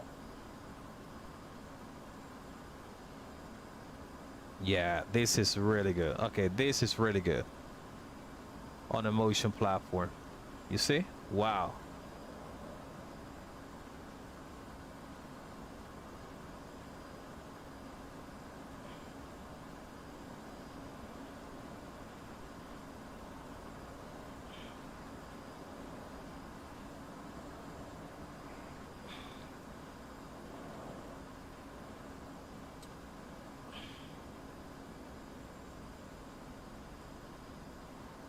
All right, so that's good for now. I'll keep tuning that stuff in another time, I guess.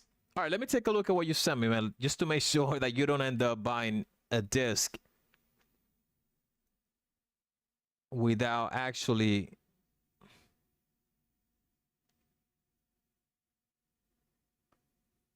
Okay, let me put the picture here on the main screen so I can see stuff here. Man, what is going on with my USBs? Yes, that is a M.2. Yeah, definitely. That is an M.2 slot. So you see these holes here that you have? You're not gonna see again because I'm not showing the cursor. But you see, that's where you are going to screw it in. Like when you buy the disc, the SSD M.2, it comes with a little screw that you have to screw it in on the far end side. To like, if you buy the one that I just showed you, this one,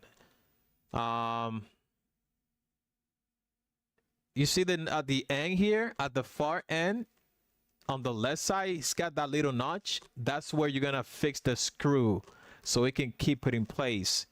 So it comes with a little screw, and that screw you will screw it in on the little thread that you have for a screw. That's the most the feathers to the left, the outermost. I think this is a no-brainer. Like once you get it, you will know exactly what you need to do pretty much. So just be sure that you have a small screwdriver close by, because you're gonna have to screw this in so you can fix it in place. So yes, man, so this is an M.2 that you have right here. Yes sir, yes sir. So you are good to go. If you get this one right here, you will be really happy. I mean, you can shoot. Is this one on sales too or no? Yeah, this one is not on sales right now, but I bought this for like 100. dollars, if I'm not mistaken, during the sales they have. That's fine. I think you should be fine with 1 terabyte. So you already have 1 terabyte. So you're gonna have 2 terabytes, which is pretty sweet and more than enough for you pretty much. All right, cool. So do you like the Phoenix more than the do you think Phoenix is better than Tolis? Some people say, and by some people I'm talking like pilots, they say that the Tolis has got deeper systems. But I'm not sure. I'm not a pilot. From a casual flight simmer's point of view, I don't like the Tolis. I really don't like the Tolis. Like for the stuff that I wanna do, Phoenix got too much of that, more than enough. A lot of stuff that I will probably never even do or touch. And aside from that, the Phoenix looks absolutely fantastic on the visual side of the house. It's like eye candy pretty much.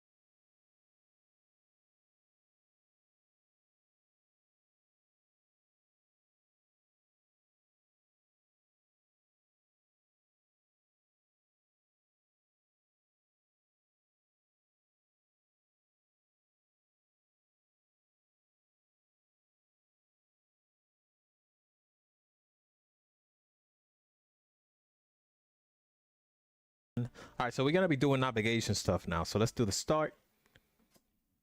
And let's go.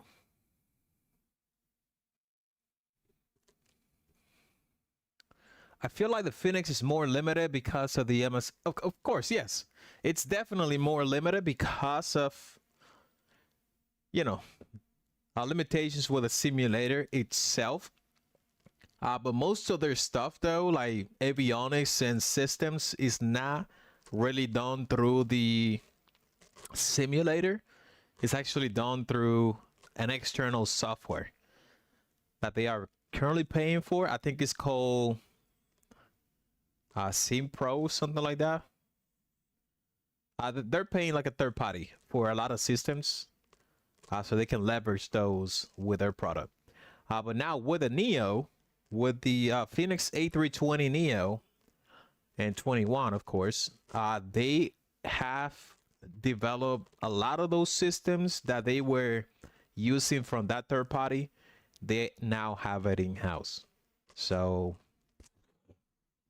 I'm not sure what the level of depth is going to be with everything in-house now, but I think I'm pretty confident with the Phoenix. I think they are aiming for more depth on the system. So it's not that you're gonna get like a downgrade to what we have right now. So I think it's gonna be way better.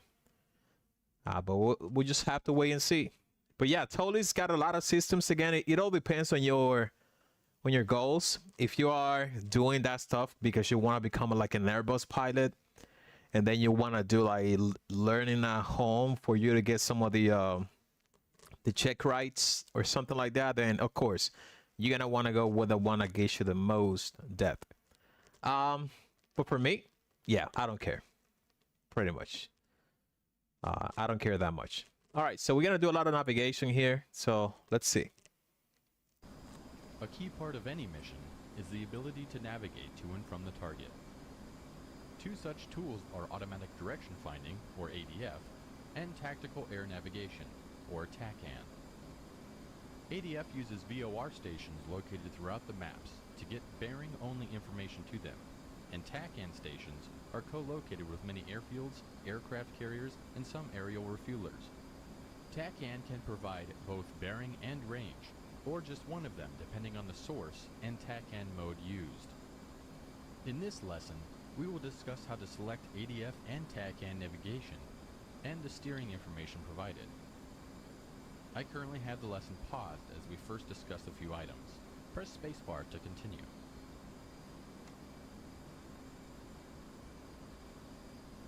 For this lesson, we will be using an ADF example and then TACAN to navigate back to our home training base at Kobuleti.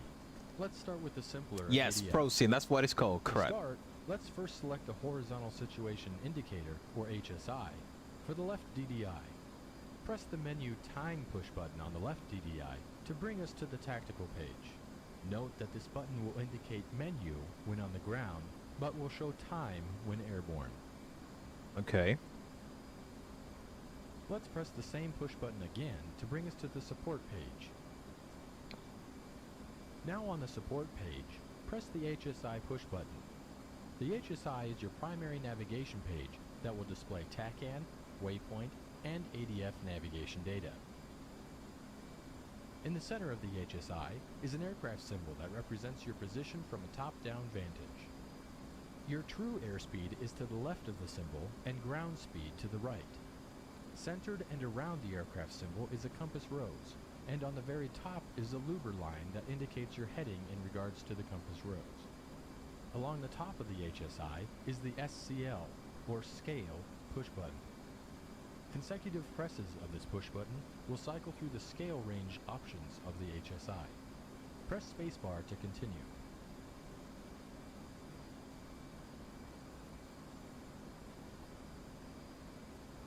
Spacebar. An ADF is assigned to a specific frequency, which can also be stored as a preset on one of the two radios. In this case, we have the VOR ADF near Kataisi Airfield preset as Channel 2 on Radio 1. Right now, Radio 1 is set to Channel 1, as you can see in the Channel Select window for Radio 1. To select a new channel preset, place your mouse over the Radio 1 select dial and rotate the mouse wheel forward until 2 is displayed. All right, let's When see. you do, you will soon hear the characteristic ADF identification code for that VOR station. Press spacebar to continue.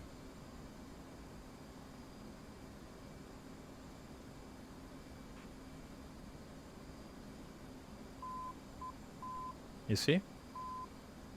That's what they meant. Now I gotta figure something out here. I don't know why I do not see like the stuff that we see here on the screen and those numbers. I don't see them here. I gotta have to figure out what I'm missing. Anyway, space. To display the bearing to the VOR station on the HSI, we need to set the UFC ADF function select switch to radio 1. To do this, right mouse button click on the switch. With that done, you will now note a small circle along the outside of the compass rose at the 1 o'clock position. Yep, I This see is the it. bearing to the ADF signal. There is no range information though. As you can see, ADF is quite simple. Let's move on to TACAN. Press spacebar when ready. So I guess you gotta follow the with your head in. You gotta follow that circle, and it's gonna take you to the to that VOR pretty much. In order to And then you display can do all like a TACAN visual. information on the HSI and HUD, press the TCN or TACAN push button on the HSI. Upon doing so, it will be boxed. Now we need to turn on the TACAN and set the code of the desired station. Press the TACAN button on the UFC. With the TACAN now selected on the UFC, we have three choices in the option select windows. TR is transmit receive and will provide both bearing and range guidance. RCV is for receive and will just provide bearing to the station. And AA is for air-to-air and will provide either bearing and range or just range depending on the aircraft. By default, we have TR selected, which is fine. The lower two option select windows allow you to select either an X or Y TACAN channel. For example, 67X. Now let's turn on the TACAN by pressing the on-off button on the UFC. On the scratch pad, we now see that the TACAN is on and a default value of 1. Select Clear on the UFC keypad to remove this.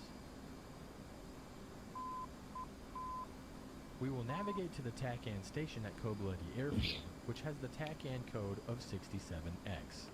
Enter 67 on the UFC keypad and then press the Enter button on the UFC. After entering 67X and pressing Enter, press spacebar.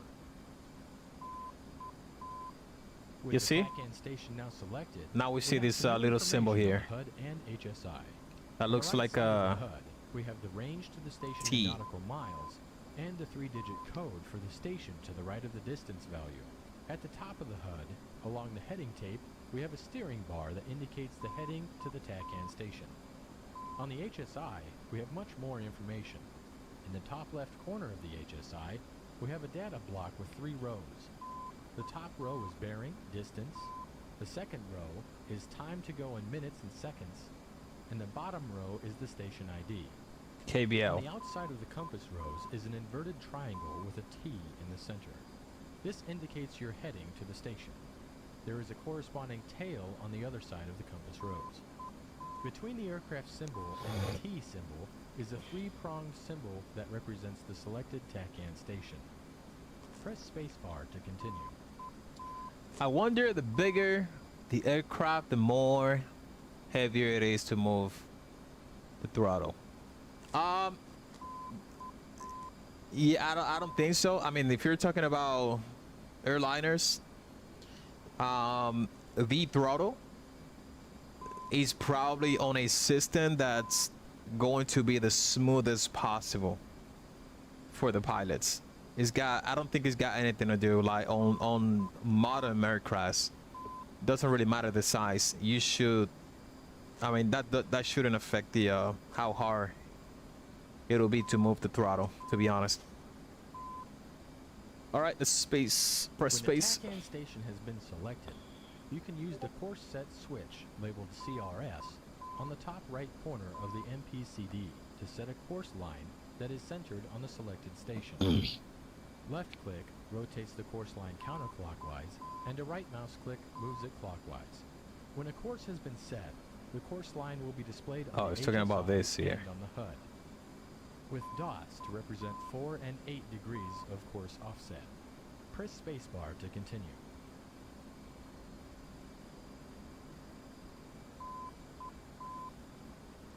When a TACAN beacon is selected, you will also hear the coded ID. You can adjust the volume of this with the TACAN volume control knob labeled TCN on the volume panel. Press spacebar to continue. The volume panel. TCN. Where would that be?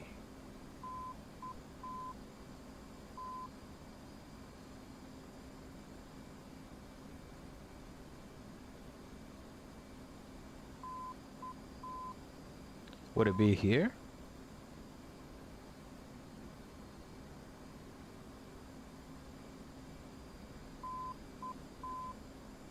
Oh yeah, it's this one. That volume. Oh no, this one actually is the one. Jesus.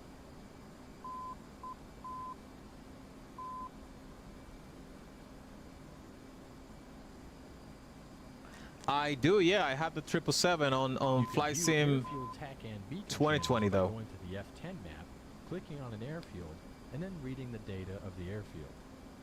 This concludes our look at the HSI. You can view. ADF, Oh shit, this is loud now. When you are ready, press spacebar to unpause this lesson and practice navigating using the ADF and TACAN. All right, so now we gotta take the plane. Let's see if we can land this thing. We gotta take it to that location. So the course, I don't remember how to set the course. I don't know if I have to do, what's the waypoint? No, I gotta go back to TACAN.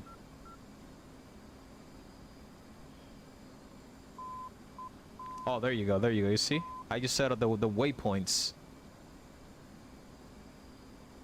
Right, you see, sweet. Okay. So course, on the course select, can we change it now?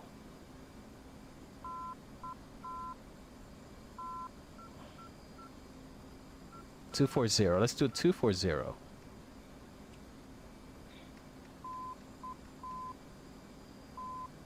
All right. Okay, guys, let's see if we can.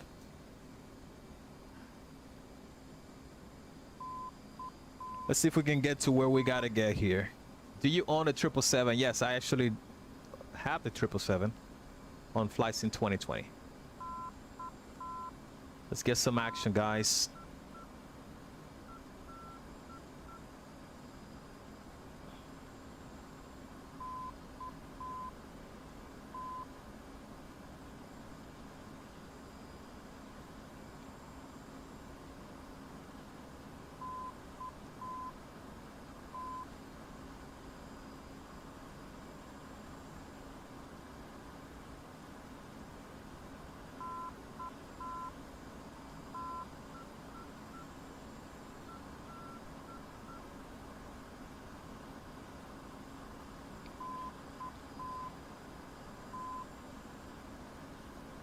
Says we should be able to get there in 2 minutes and 20 some seconds.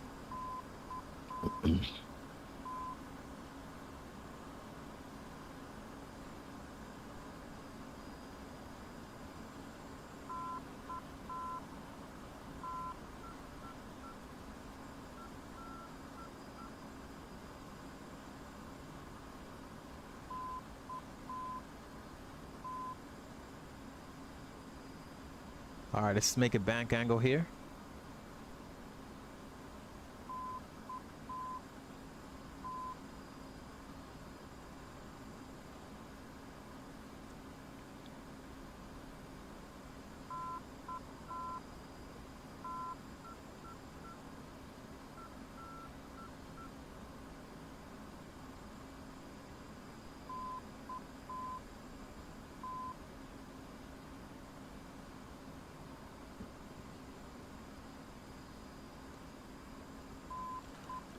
Inside the cockpit, no, I have not. Didn't even know there was such a show. Um, where could I watch it? On YouTube or is that on Netflix?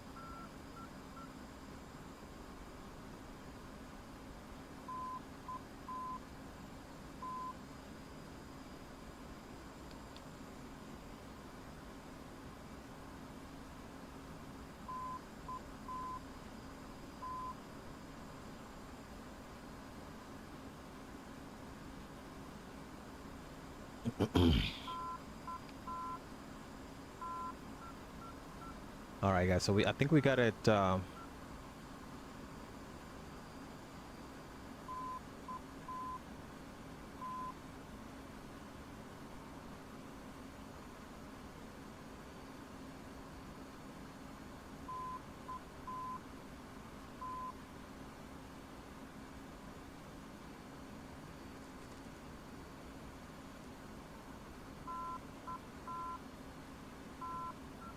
Or Prime Video, Amazon Prime. Yeah, I actually got Prime.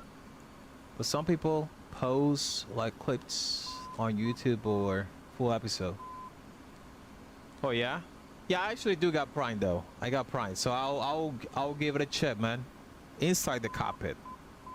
For sure, man, for sure.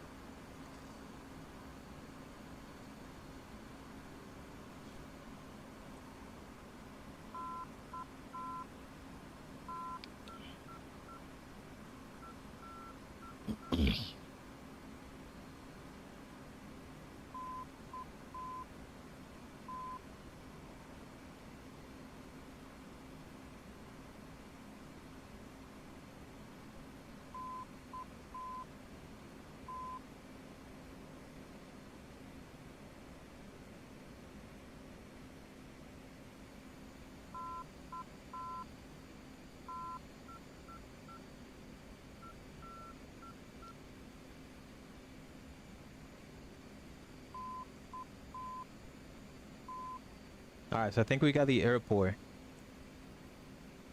Should be pretty close.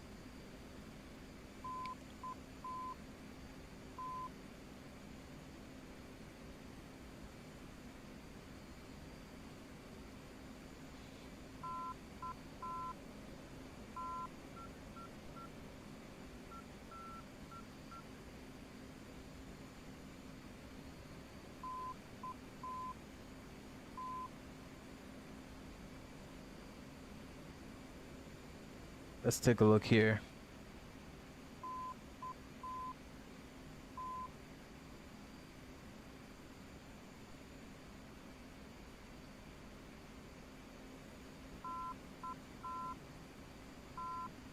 Altitude. Altitude.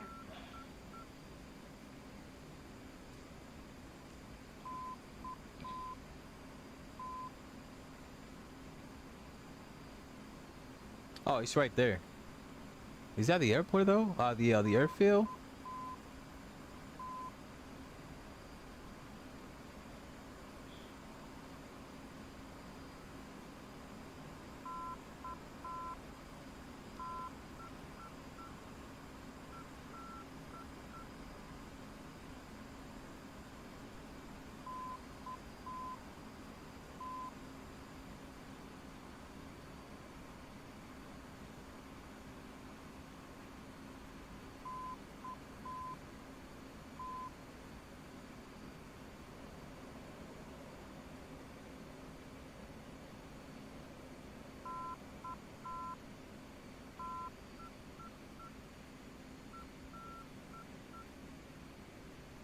I thought the airfield was supposed to be around here.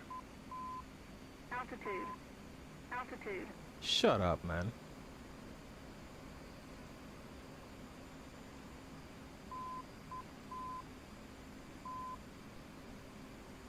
Oh, it's right there. Look at the airport right here. I mean the airfield. All right.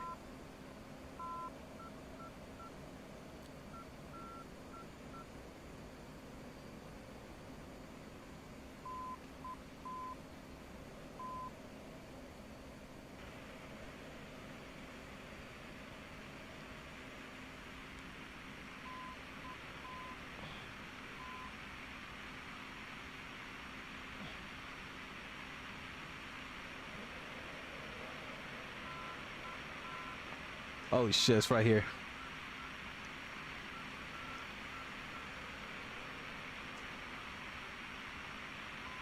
All right, let's do a downwind here.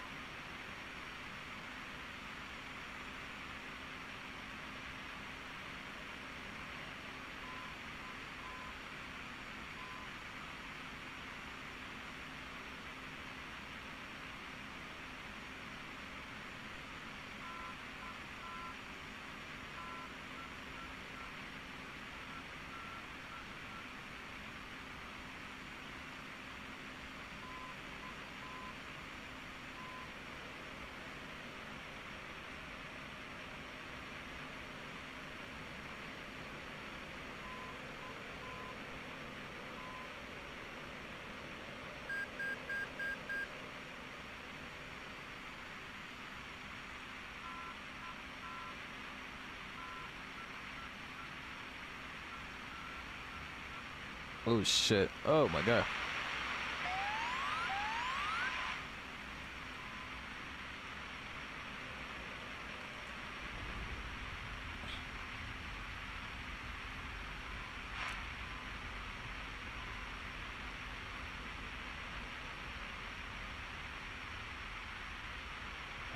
Oh shit, no!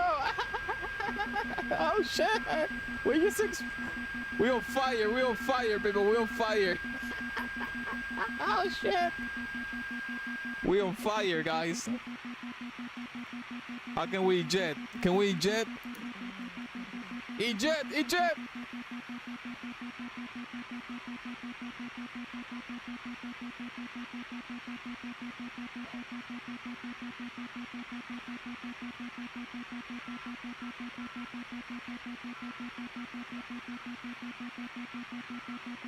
How the hell do we eject?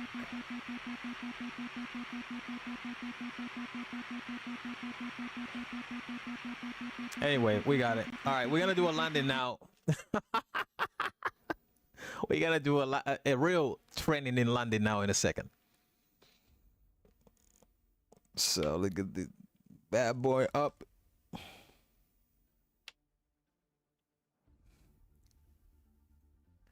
All right, so waypoint navigation, let's go.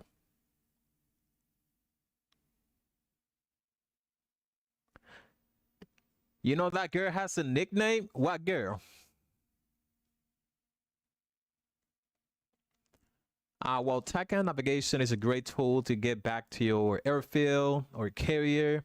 Many times you'll need the ability to set arbitrary navigation points. This is where waypoint navigation comes in. The F-18 allows you to have 3 sequences of waypoints that you can use to mark anything from a turn point to a target or to a threat location. Waypoints can be created in both the mission editor and while in the cockpit. For this lesson, though, we'll focus on a waypoint sequence already created. All right, let's go. TACAN navigation is a great tool to get back to your airfield or carrier. Many times you will need the ability to set arbitrary navigation points. This is where waypoint navigation comes in. The F-18 allows you to have 3 sequences of waypoints. Oh shit, this is how you eject right here. A target or to a threat location. Oh shit, we needed to eject, bro. Can be created in both the mission editor and while in the cockpit. For this lesson, though, we will focus on a waypoint sequence already created. I've currently paused the lesson. Press spacebar to continue. Oh, so you're doing a flight right now, Mexican navigator?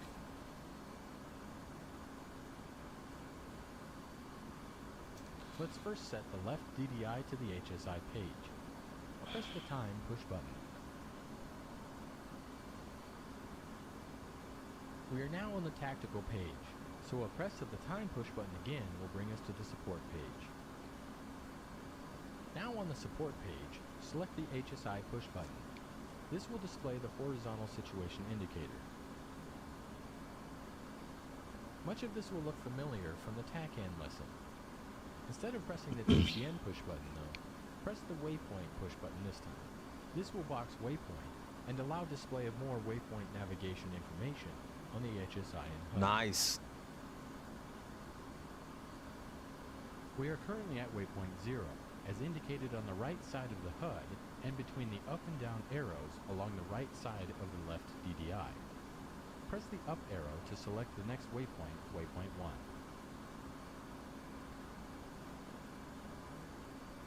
With waypoint 1 selected, note the distance to the waypoint, and the waypoint number is displayed on the right side of the HUD, and a steering bar to the waypoint is along the heading tape. On the HSI, you can now better see the waypoint marker that appears as a small circle with a dot in the center. By pressing the Sec1 push button, it will box it and display dashed connecting lines between the waypoints in the selected sequence. In the top right portion of the HSI, data of the selected waypoints is shown. The top row is the bearing and distance to the waypoint, and below is the hours, minutes, seconds to the waypoint. Inscribed inside the compass rows is a triangle that indicates the heading to the selected waypoint, with a corresponding tail opposite of it. Press spacebar to continue. As with TACAN, you can also set a course line through the selected waypoint. This can be useful by placing a waypoint on a runway and using the course line for a direct approach, or as a reference for the downwind leg of an overhead landing pattern. Press spacebar to continue.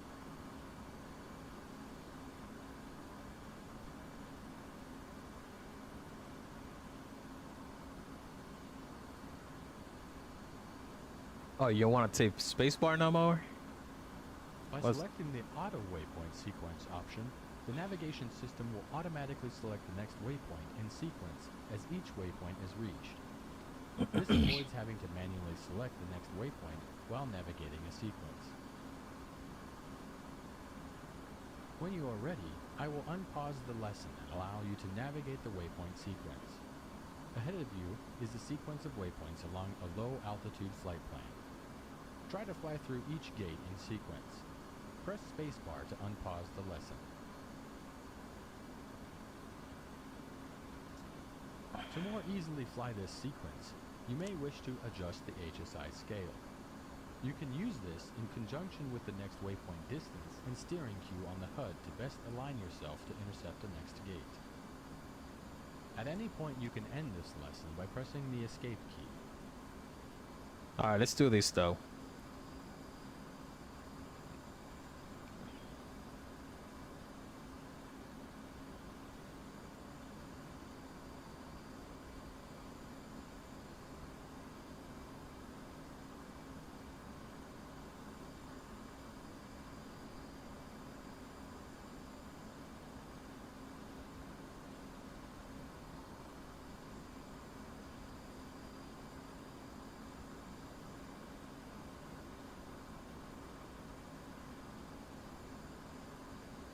Are you flying the Phoenix right now, Aviator?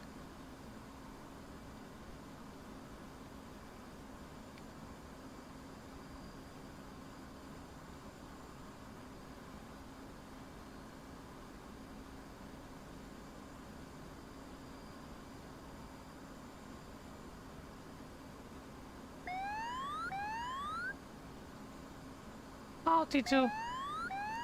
Altitude.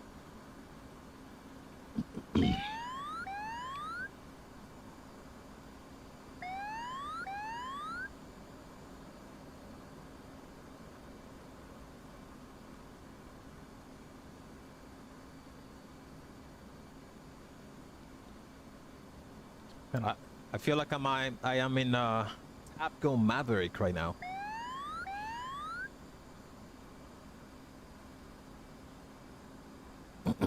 Oh, you on the PNG?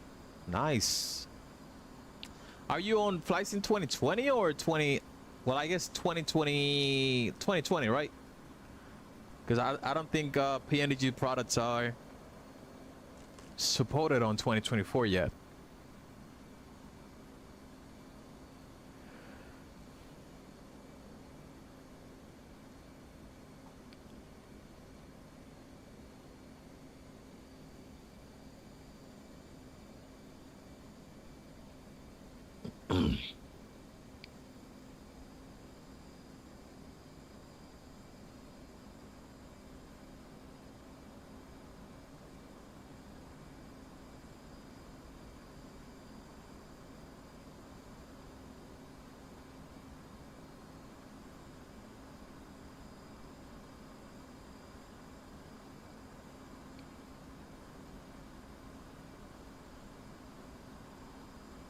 Ooh, got some high terrain here. Gotta be careful.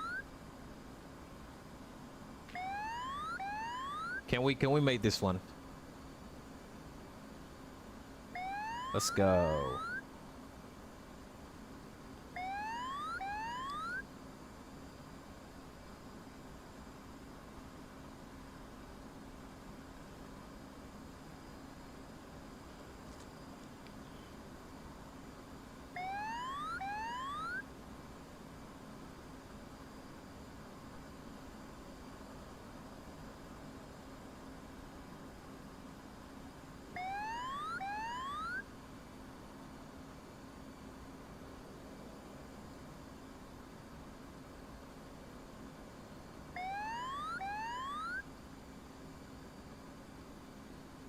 $2020, sweet.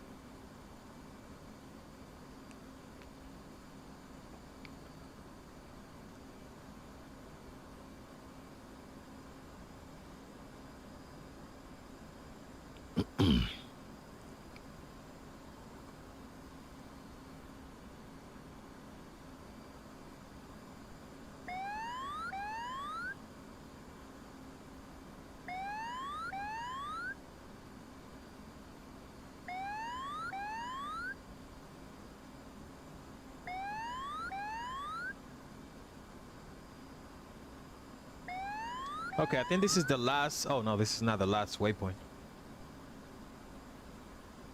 This one right here is the last waypoint, I think.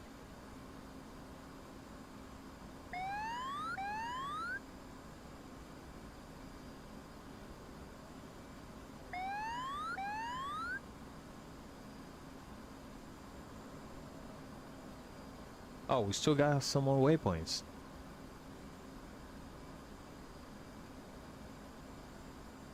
Oh shit.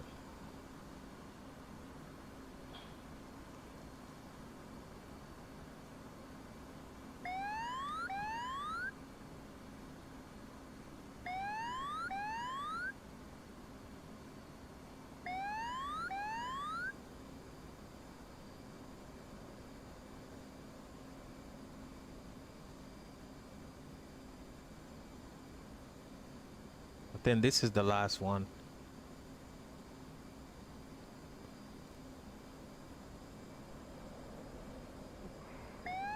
Yep.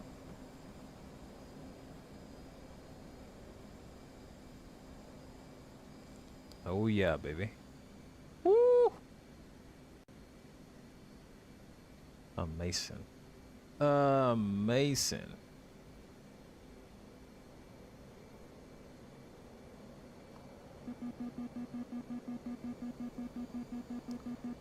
Are we running out of fuel? I think we're running out of fuel. Let's see. Oh, what the hell is the guy in the gear?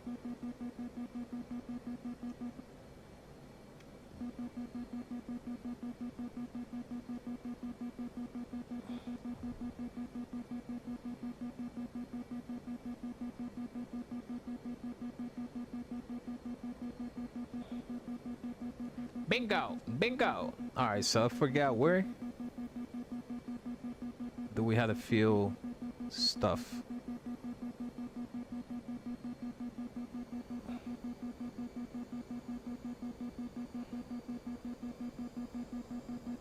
Altitude. Altitude. Alright guys, I think we good. Let's go out. Let's go to the next one. Now I noticed something with SimHub here. Let's see if I can address it now. My lights, my ambient lights are not set up properly. So gonna have to pull it up here like that.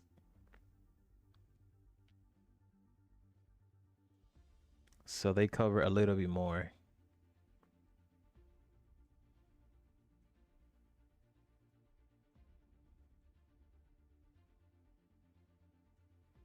Sweet.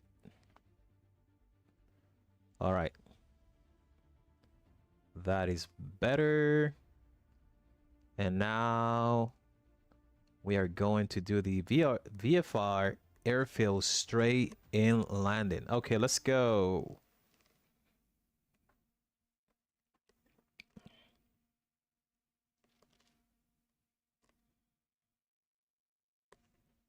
In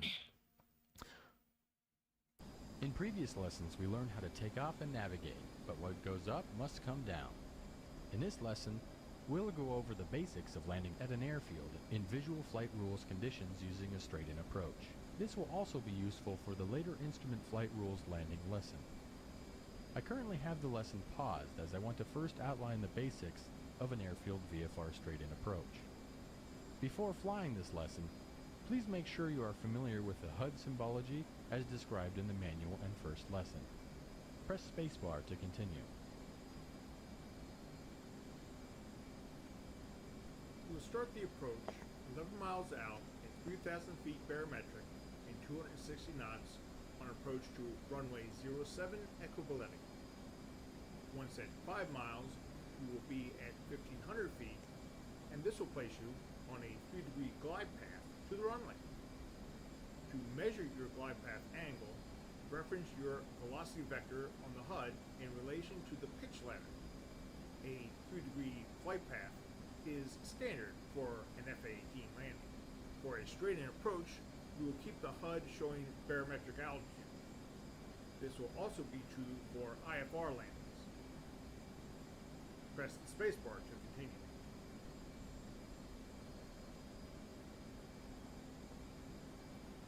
After the lesson is unpaused, reduce your throttle to idle and fly through the gates ahead.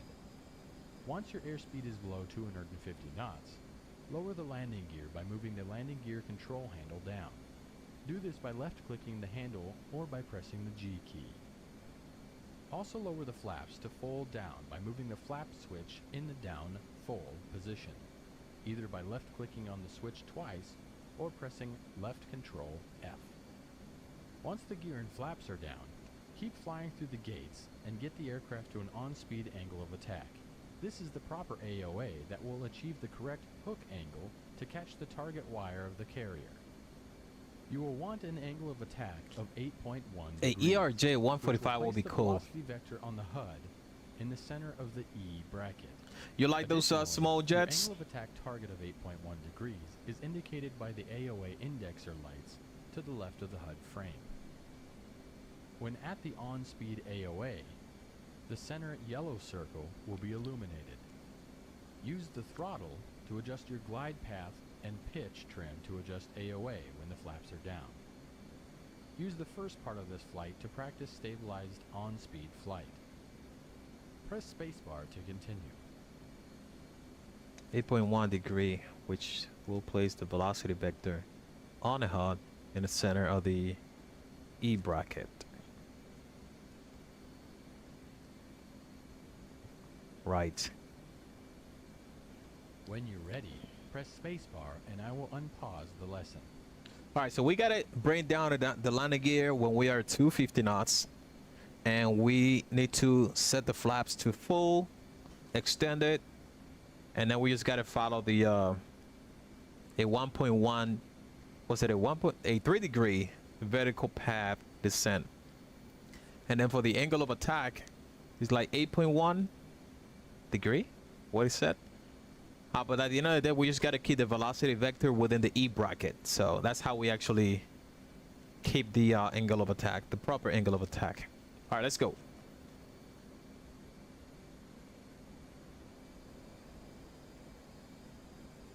Let's not lose too much power. Now we got to keep like 3 degrees. Like so.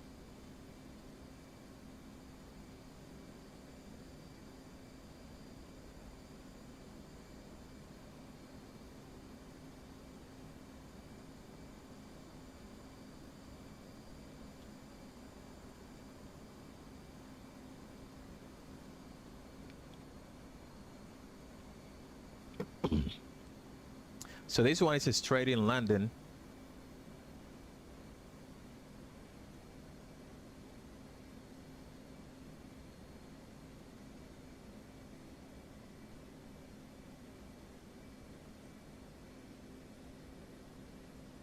All right, so throttle idle.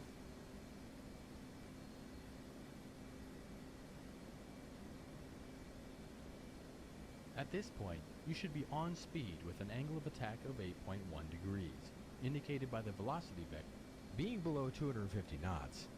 Go ahead and lower your landing gear and drop the flaps to full. Reduce your airspeed by setting the throttles to idle. You may also wish to extend your speed brake by using the speed brake switch on the right throttle grip or by pressing left shift B to get slower more quickly. Note the SPD BRK light on the instrument panel when the speed brake. Maintain on-speed AOA and your glide path should be aligned with the runway threshold. You see that's the E bracket right there.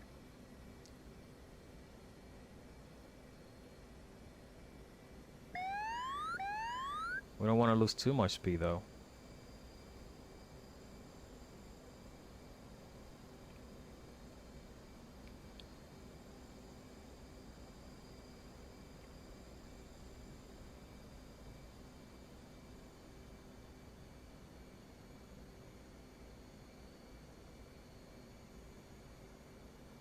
You see?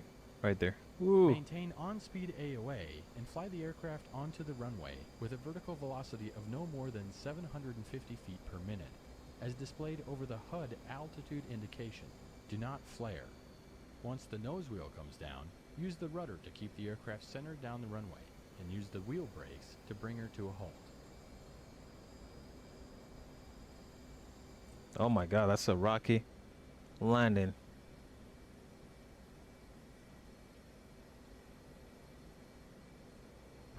Oof. God damn.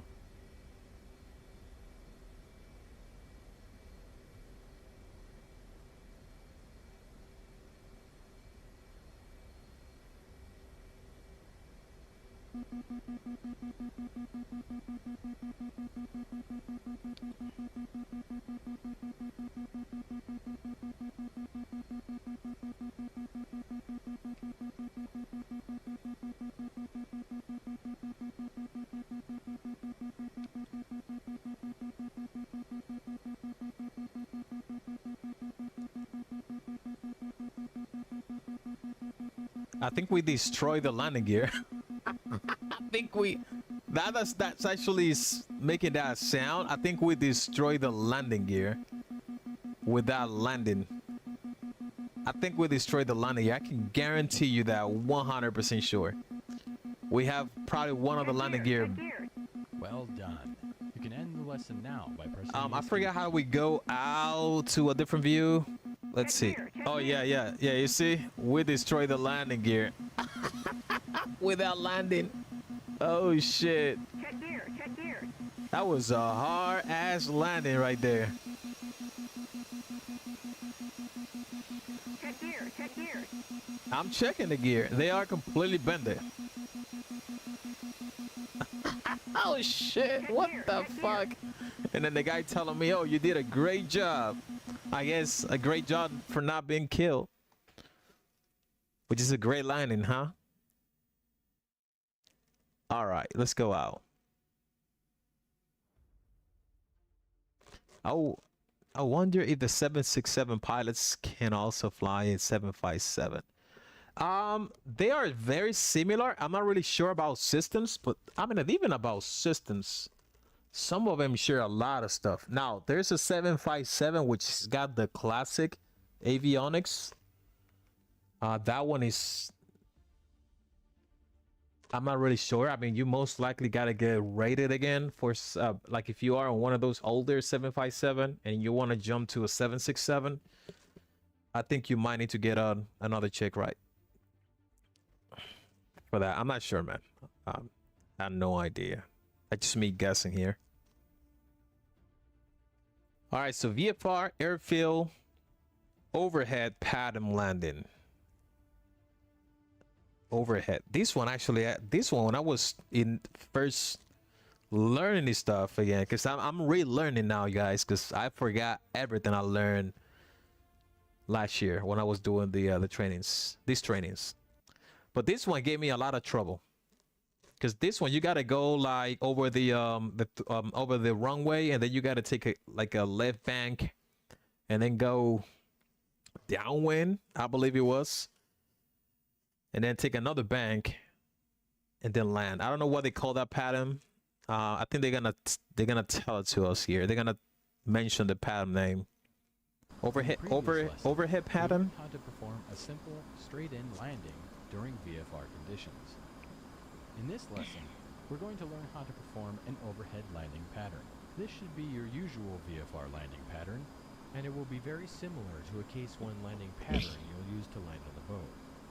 I currently have the lesson paused, as I want to first outline the airfield overhead pattern. Before flying the lesson, please make sure you are familiar with the HUD symbology as described in the manual. Press spacebar to continue. Ahead of you is a series of gates that you will fly through. These are designed to instruct you on where you should be during the pattern. You will start the pattern at 800 feet and 350 knots, just to the left of the runway. At the end of the runway, brake to the left with a G of 1% of your airspeed, in this case, 3.5 G for 350 knots. As your speed decreases, relax the G to match the speed. At 180 degrees of turn, level out on the downwind leg and descend to 600 feet, and you should be below 250 knots. When below 250 knots, lower your landing gear and lower the flaps to fold down. Press spacebar to continue.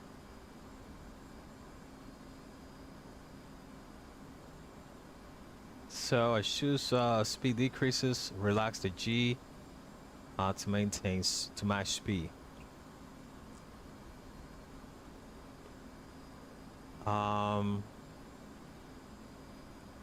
180 degrees of turn, level out on the downwind leg and descend to 600 feet. At the end of the downwind leg, you should be below 250 knots. When below 250 knots, lower your landing gear and lower the flaps to full. All right, let's see if we can get this done, guys.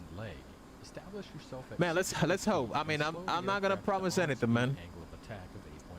Hopefully, I'm not going to destroy the landing gears again. On the HUD by keeping the velocity indicator inside the E bracket. To the left of the HUD frame are the angle of attack indexer lights. When on speed, the center donut should be lit. Maintain on-speed angle of attack during the downwind leg. Press spacebar to continue. Just give me 1 second, because I just noticed too that my CPAT, my haptic CPAT, is not set up for DCS either. So let's set that up here real quick. And I said the same thing as for MSFS. There you go. Now I'm feeling that, and we're gonna do the same for the back shaker. Engine vibration. All right. Now this one, I think this one is not even working. Yeah, I gotta check that one later. All right. Let's go, baby. As you roll out on the runway heading, fly to place the E bracket on the runway threshold and use throttle adjustments to control your glide path to be 3 degrees. Use pitch trim to keep the velocity vector centered in the E bracket. Press spacebar to continue. So roll out on runway heading, apply to place the E bracket on the runway threshold, and use throttle adjustments to control your glide path. Okay, cool. Use trim to keep the velocity vector center. Right. Prior to touchdown, do not flare the aircraft, but rather let it fly into the runway with no more than 750 feet per minute, as indicated above your altitude on the HUD. That is an overview of what we will be doing. Before we try this out though, let's first set up a couple of things in the cockpit. First, set the altimeter display on the HUD to display radar altitude by moving the altitude switch on the HUD control panel to the down RVR position. Using what you learned in the TACAN lesson, set the TACAN to 67X and a course of 70 degrees. This is the TACAN channel for Koboleti Airfield, and it will provide us useful information to line up our downwind and final approach legs of the pattern. Press spacebar when done, and you are ready to unpause the lesson. Use attack on course.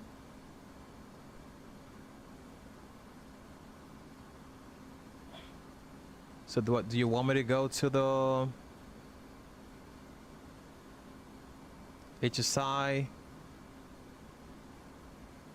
So TACAN is already set, and a course. I think for the course I gotta go to course select.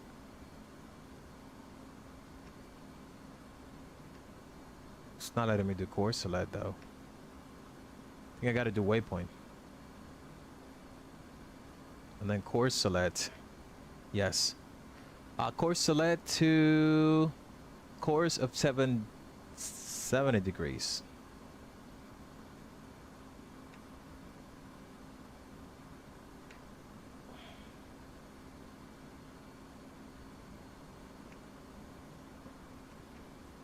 There you go.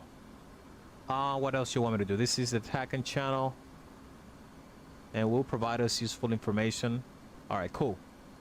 Let's go, We're baby. now flying a heading of 64 degrees at 370 knots and 1,000 feet. Fly through the gates ahead, which will place us at 800 feet and offset to the right of the runway. We don't want to directly overfly the runway. Maintain an airspeed of 350 knots. Cage the velocity vector on the HUD by pressing the Cage Uncage button to the right of the throttle grip or pressing C. To the right of the throttle grip. Okay, there you go.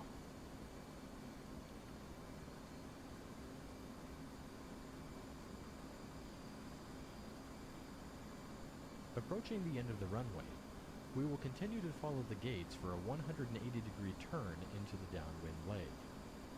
The turn rate will be based on a G that is 1% of our airspeed. In this case, 3.5 G for 350 knots.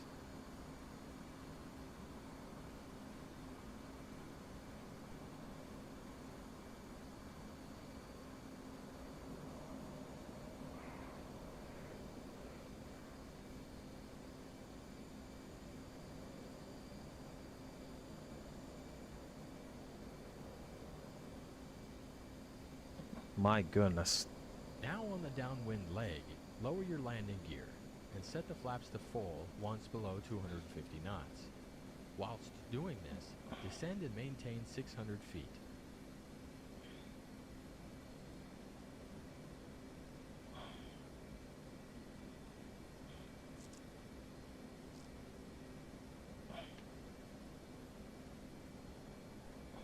My goodness.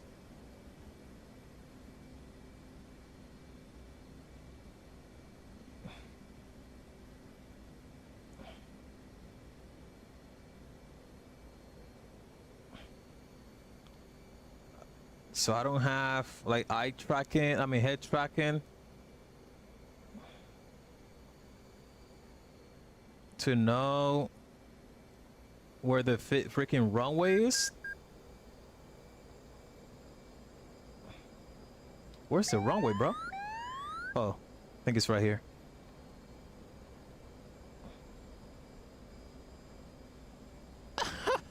We overshot the freaking runway again.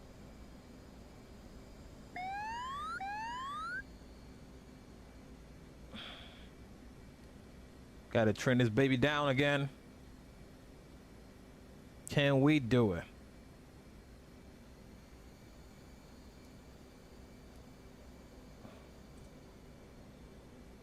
Oh my god. Oh!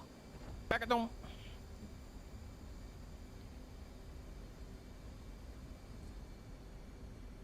Did we just break the landing gear again? Let's see. I don't think it was as hard as the first touchdown that we did. But we'll see, we'll see. If it start beeping now, then we're effed up. Oh Jesus. Oh my gosh. We run out of runway. Now we gotta be careful, man. If we smash the lights, like the poppy lights here, the threshold lights or whatever these lights are called, completely forgot right now. will be effed up. All right, let's get out of here. So it looks like we did not destroy the landing gear, but we completely overshoot the runway. Now, the problem here is that since the horizontal field of view is so small here, I am not able to keep an eye on the actual runway, visibility to the runway. So I'm gonna have to bound like a key for the camera views, so I can keep like looking, because I don't have anything bound at the moment. Not that I'm aware of, at least. I don't think I have anything bound. Do we? Is that the case? Yes, that's the case. We don't have anything bound. But at least we did not destroy the landing gear.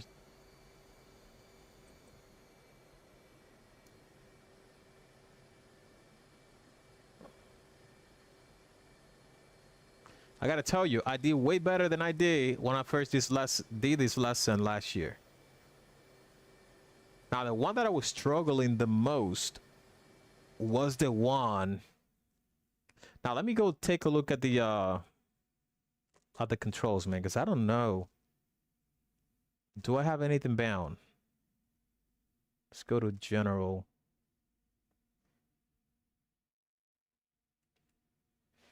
I don't see. It's like I don't have anything bound here, apparently.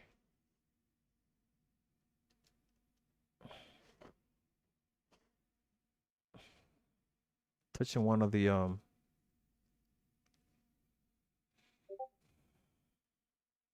yeah, I don't have anything bound to camera view, apparently. Anyway, let's check something here. Yeah, I don't know. There's like a joystick on the throttle, but I don't remember. I think that joystick was for, it was for something else. I think it was for like locking on target on the radar display. That's fine. We'll figure that out later. Let's see if we can do the other lesson here. What time it is it here? 8:27. Okay. All right. Let's see if we can do another one. Instrument approach airfield landing. Okay, so this one is with no visibility. We cannot do visual, so we're gonna have to follow. I don't know if we gotta follow like an ILS.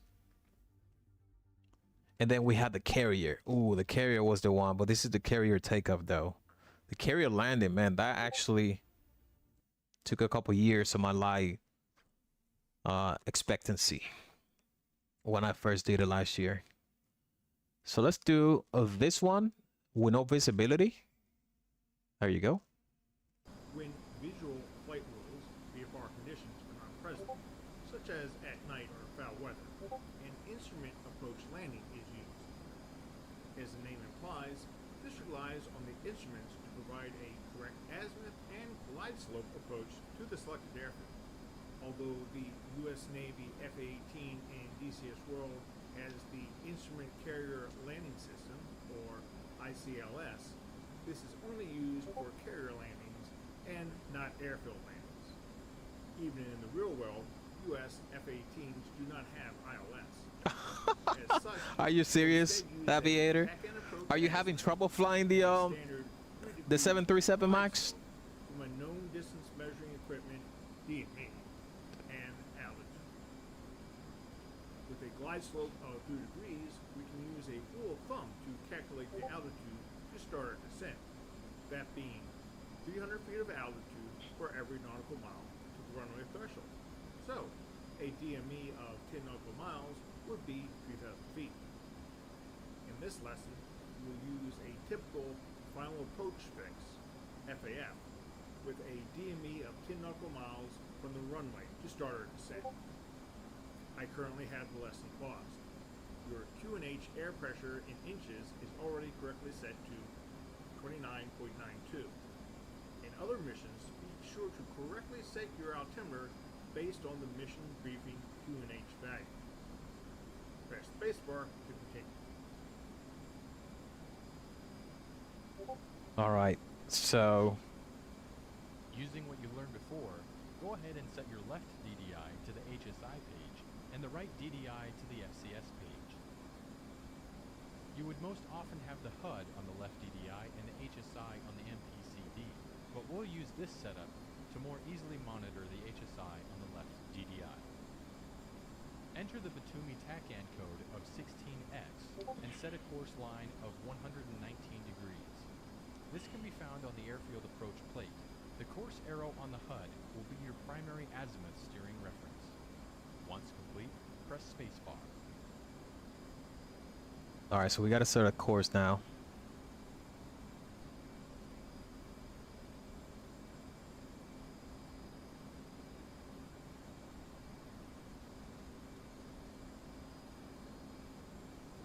And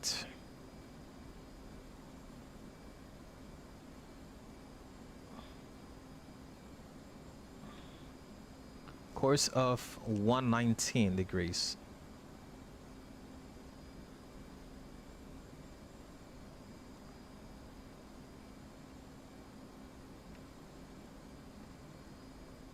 Sweet.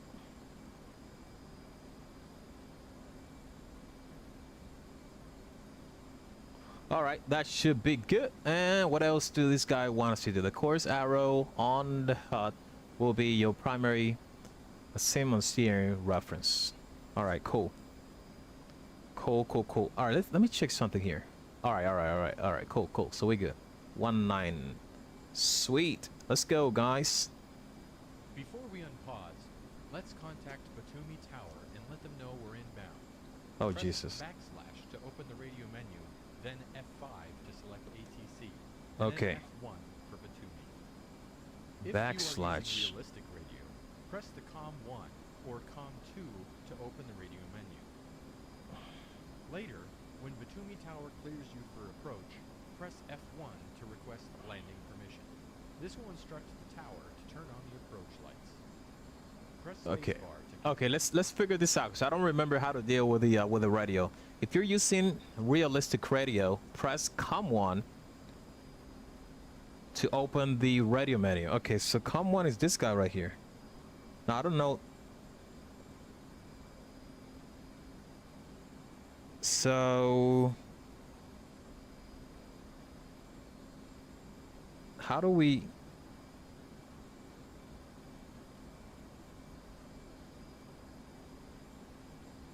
How do we press COM1 though?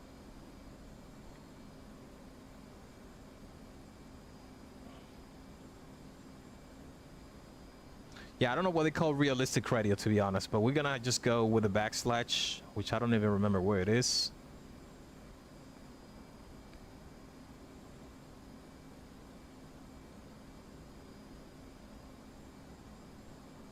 Where's the backslash though?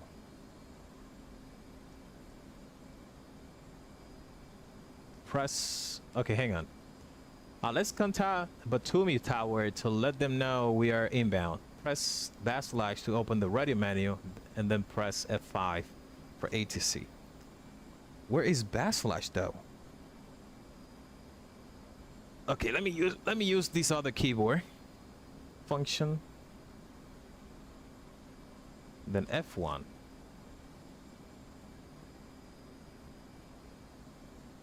What the hell? Oh, God. How do we? Where's backslash though? Oh, it's right here. It was in my eye. No, that's not doing anything. Then F1. Okay, now hang on. Let's go to the controls.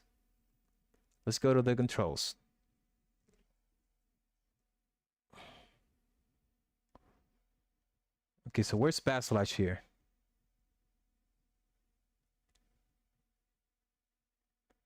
I think it shouldn't be here on the plane. I think it's more general.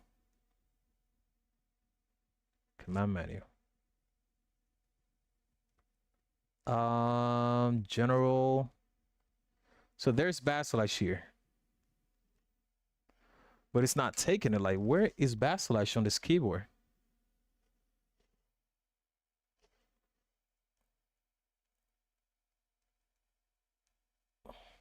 It's right here, but it's not working. It's right here, you see? It's taking it here, but it's not taking it on the freaking simulator. Let's see. Let's do it again. Press backslash to open the radio menu. Yeah, it's not taking it for some reason. Come on, to open the radio menu. Okay, so let's just do the other method. Right alt plus backslash. Right alt plus backslash.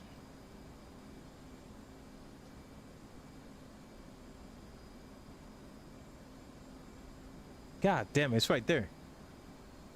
All right, so F5 for ATC. And then but 20. And then we're gonna tell them we inbound. Batumi, Colt 1, inbound.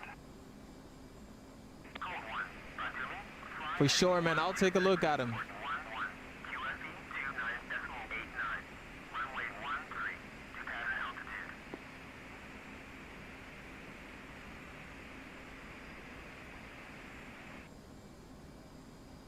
You on pause. Let's contact Batuni. Let everyone Batuni tower clear suited for the approach. Press F1 to request a landing permission. I already did. This will instruct the tower. All right, I think we're good. So let's do F12. And let's go. We now have everything set up for our instrument approach based on TACAN navigation with a controlled 3-degree glide slope from a final approach fix at waypoint 6. Once unpaused, fly to and maintain an airspeed of 250 knots and fly through the gate ahead. 250 knots. Stay on azimuth and glide slope. Make sure to fly through each one. When ready, press spacebar to unpause.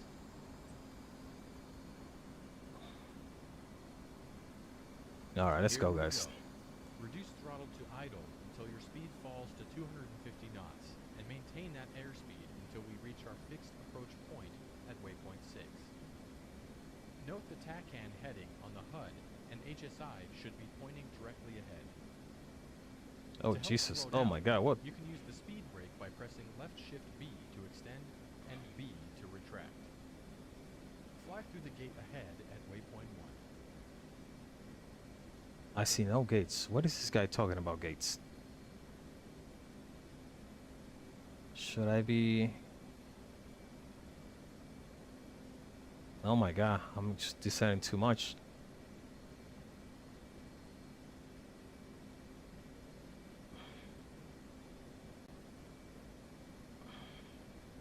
Oh, look at the gates here. What the hell? This guy was talking about, oh, fly the gates. Yeah, I was like, what gates are you talking about? These gates. All right, let's get some power because we are super low. Oh my goodness. There's no...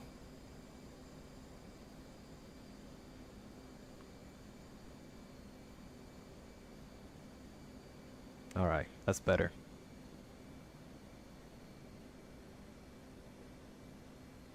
All right, so we got to get ready now to... I was supposed to maintain 250 knots though.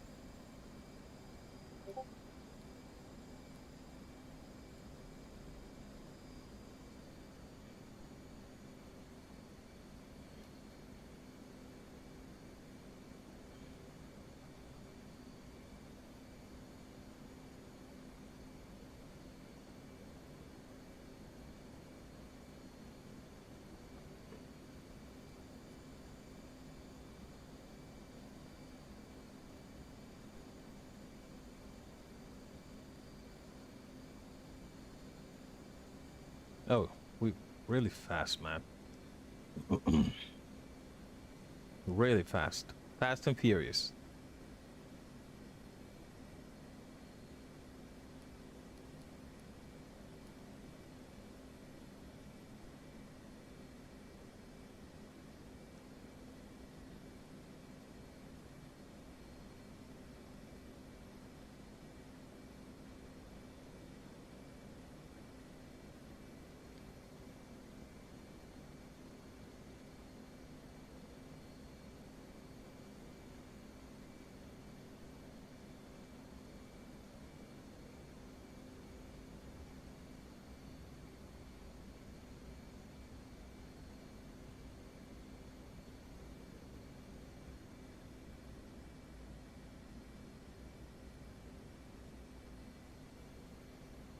All right, can we actually avoid destroying the landing gears now?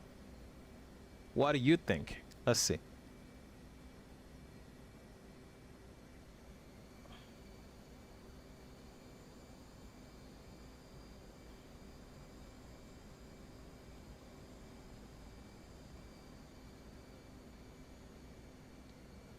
Yeah, so here it's more about handling the throttle, man, than anything else. That's how you handle the Code 1, cleared for visual. the glide slope and everything, and the angle of attack. I forgot if the is above the velocity vector. What does that mean? Is it like we too fast or? Oh yes, I think yes. We're too fast. It's what it's telling us.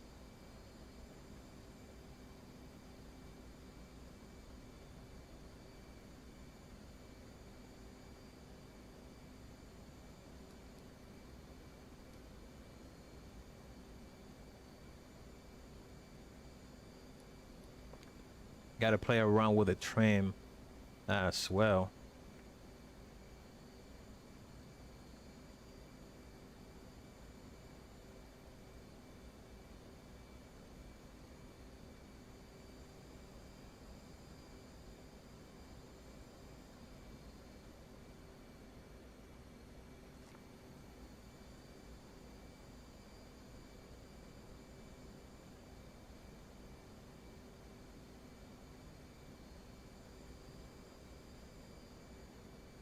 I'm really low on the angle of attack.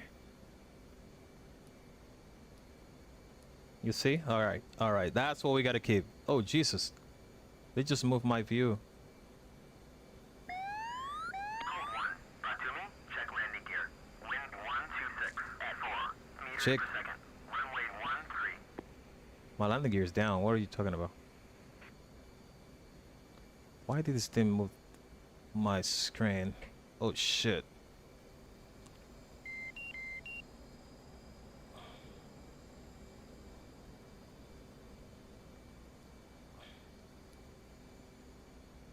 All right.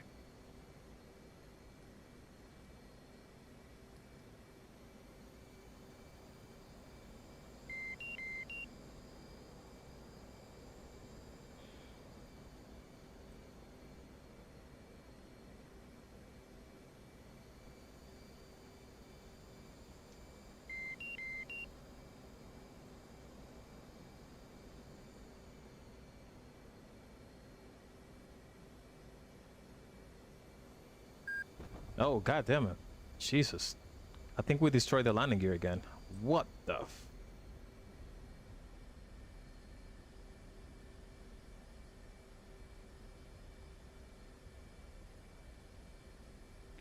That was better than the previous ones. As far as like how we were handling the angle of attack. I'm not sure if we destroyed the landing gear though. All right, guys. Gee. Ooh, nice. Code 1, taxi to parking area.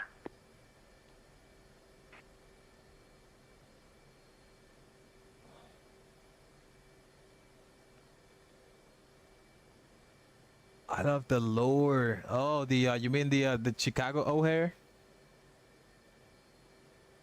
scenery? Is that what you mean by lower?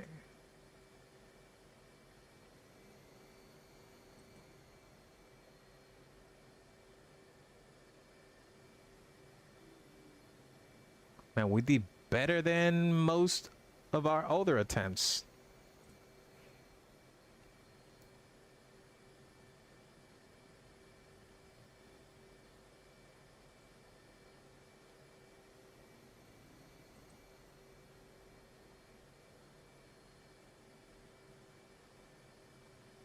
Now, I don't know why when I was trimming. Oh, okay, so I have something here to reset the view, apparently. Let's see. Is that what that's used for? Oh, yeah, okay, cool. I didn't know that was bound to reset in the view. That's what happened. I actually pressed that button by mistake.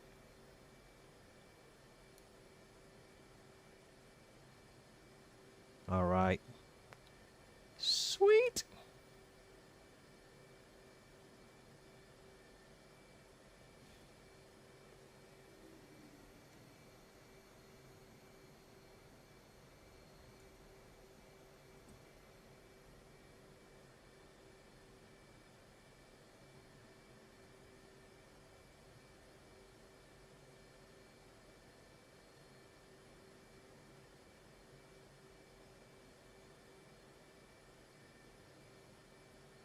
All right, so we don't have to do any let's see, does this work?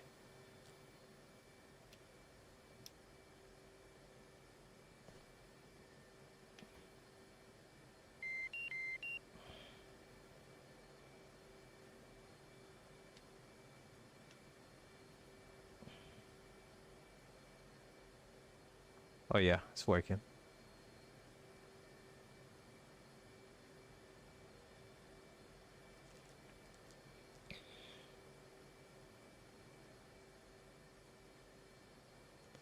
And the hook.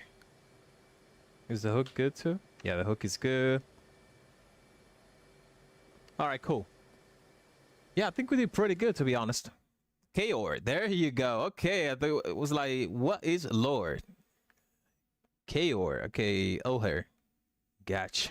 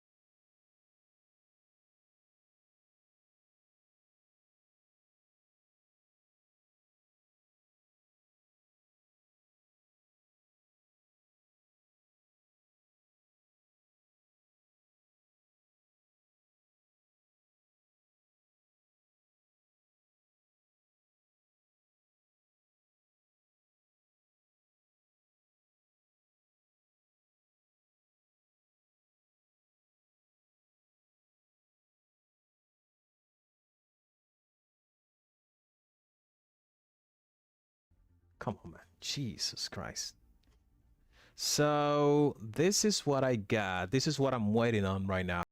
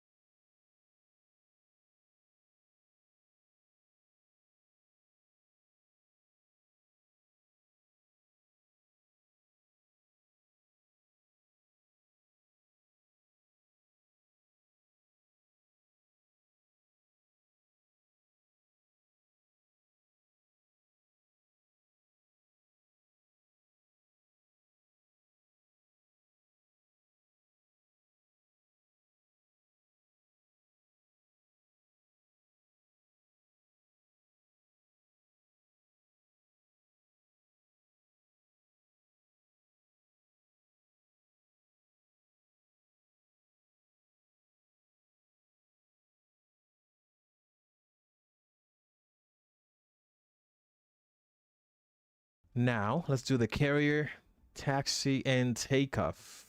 This one is a really fun one, man, because we're gonna be launching from a carrier.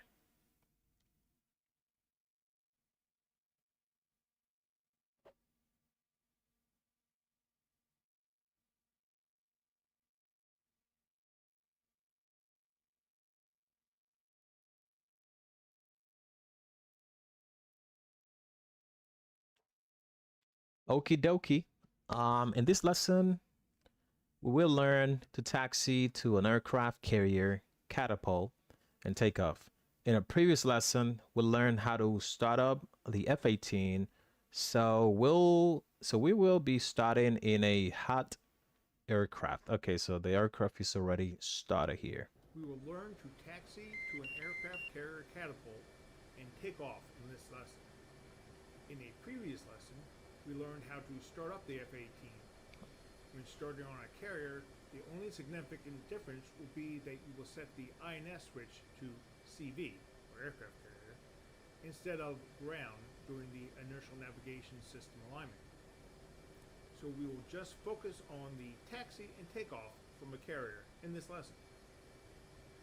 Looking out of the cockpit, to the right is the bow of the aircraft carrier, and catapults 1 to the right and catapult 2 to the left are located here.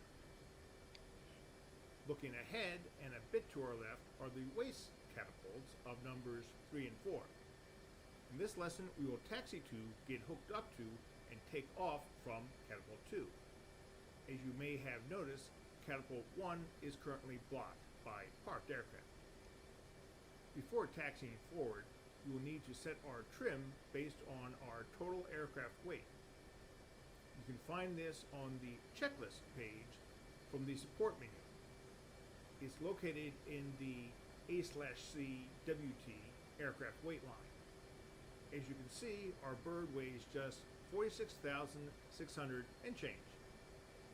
If below 44,000 pounds, set 16 degrees of stab trim. If between 44 and 49,000 pounds, set trim to 17 degrees, and if over 49,000 pounds, set trim to 19 degrees at afterburners. Okay, are wait a required for second. takeoff. You lose me, bro. So go Slow on to down, the slow down. FCS So, page of the support menu and use the trim hat to increase stab trim to 17. When set, press spacebar to continue. go to the F. Okay. But where's my weight though? I forgot where they show you the weight. Where's the weight? They're saying 44,000. Oh, 49. Hang on. Go ahead and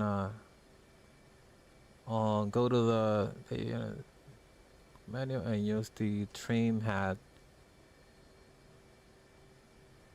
Okay, but what? I forgot where they show me the weight.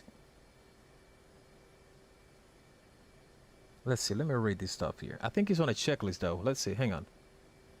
I think it's on a checklist. Oh yeah, there you go. There you go. 46. We are 46,000 and some. All right, cool. And then we can go back to the FCS, and if 46,000. So it below 44,000. Was it 46 or hang on? 46,000. Yes. So we 46,000. It's just 46,000. Below 40,000 pounds, set 16 degrees of stab trim. If it's between 44 and 49, set the stab trim to 17 degrees. All right, so let's do 17 degrees here. It is 12 right now. 14, 15, 16, and 17. All right. So go to the okay, perfect. We good. Running from the bottom on the Hey, checklist Mexican page, Aviator, man. Take on care, the man. injection Thanks for joining the live stream. that nose wheel steering is on. No warning lights. Hook is up. Running from the bottom of the Flaps are set to checklist. half. Trim set to the total aircraft weight. Wings match wing fold handle. Oxygen on. Brakes off. Launch bar up. Anti-skid off. Master arm off. From the MPCD, select WTPT and cycle to waypoint 1. Countermeasures off. Radar altimeter to 40 feet. Canopy closed. Master external light switch aft. When all set, press spacebar to continue. Okay, there's a lot of stuff here. So let's go back to the checklist.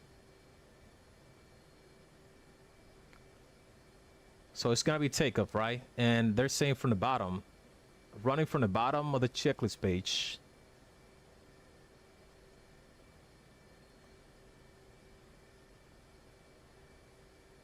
So we got to arm the ejection C. Oh yeah. Okay, I got it now. C arm. So that will be this thing right here. Sorry. This thing right here. Nose wheel to low. Yes, it is in low already. And then warning lights. Do we have any? We got a master caution light. Why do we have that master caution light?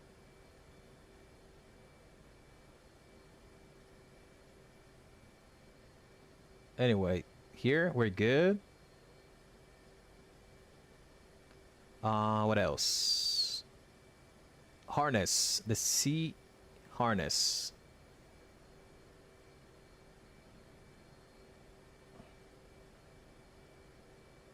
Think we got that covered. Hook. What do we have to do with the hook? Hook is up. Yeah, the hook is up. And flaps should be set to half on the flap. They're flat, they're on half. I think this thing was, this is where we gotta have it. Hang on. Shoulder harness, lock and unlock. How do I know when it's locked? Man, I don't know. All right, so flats on half. Trim is set to 17 degrees on a stab trim. Wings should be folded, right? Just wings. Folded. Yes, they're folded already. Sorry, I think they should be right here. Yes, they're folded.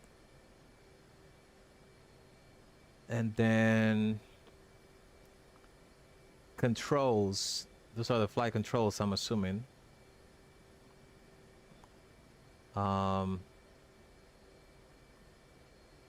Oxygen is on. Is the oxygen on?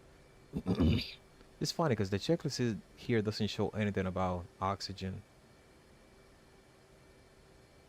All right, anyway, so the oxygen is on. And brakes.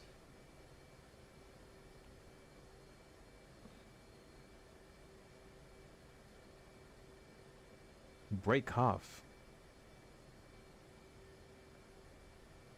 All right, so we're gonna leave the brake the way it is. So the anti-skid light, I think it's right. It should be here.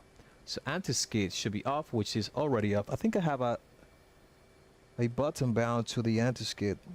Where is that button?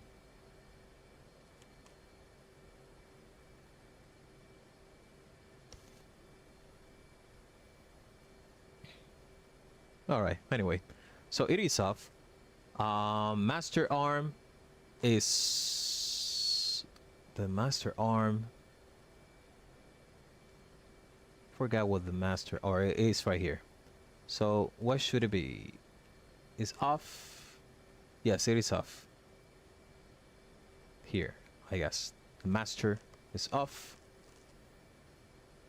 From the MPCD, select the waypoint. Select waypoint and cycle the waypoint to waypoint 1.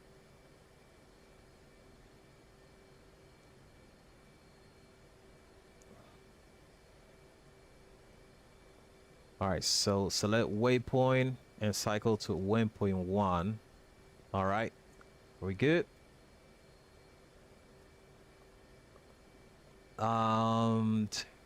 Countermeasures off. Where's the countermeasure?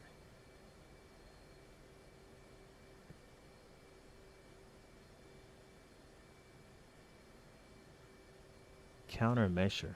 Where's the countermeasure, bro?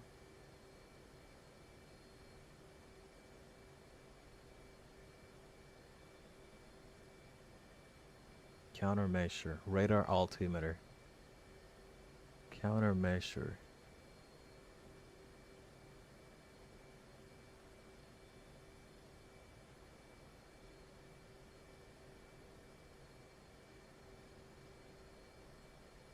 So radar altimeter set to 40 feet. Yeah, I don't know what that thing countermeasure is, honestly. So radar altimeters, we should be on radar here. Should be set to, how do we set the altitude here though?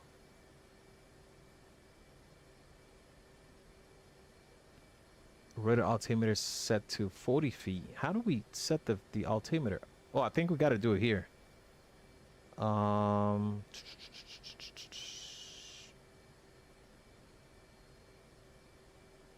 Autopilot. How do we set the radar altimeter?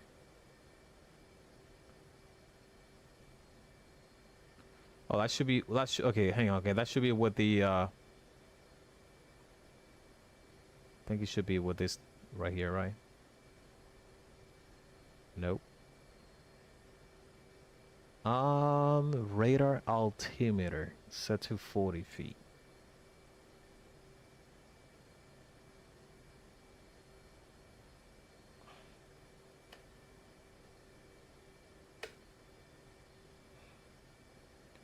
Radar altimeter to 40 feet.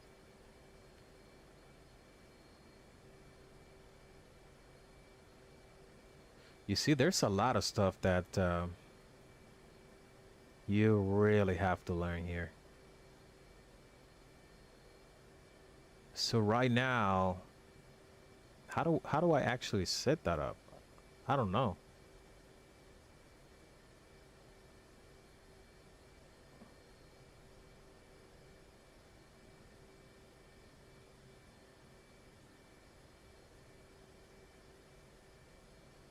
To manipulate the altitude.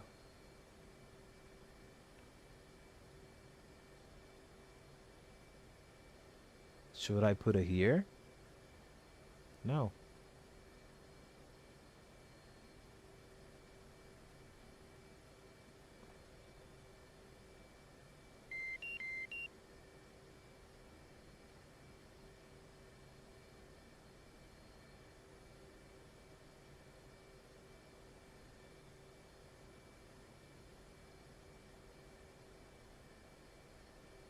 Oh, radar altimeter. God damn it. It's right here.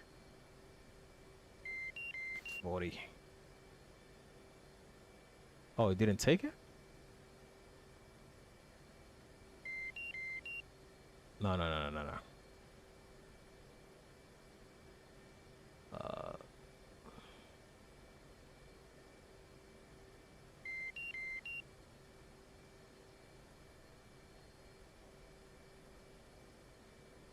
I think we're getting close. Don't worry. We're getting close.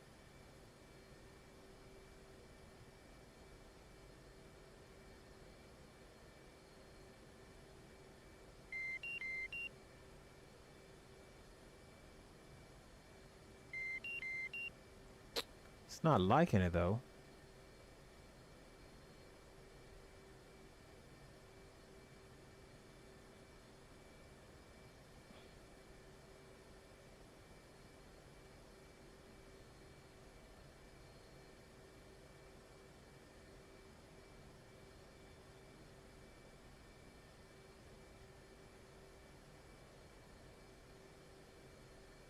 Waypoint.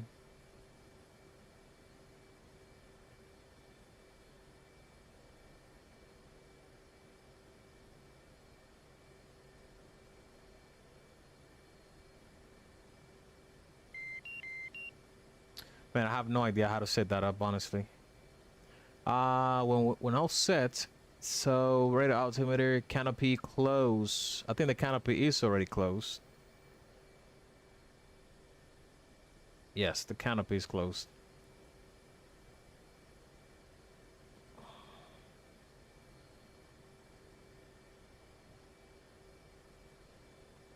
Or is it because of...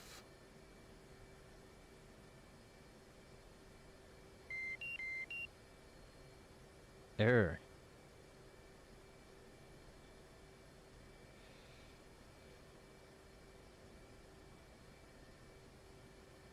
All right, man, I'm not sure. That's fine. So should be here. Nope, that's has nothing to do with that.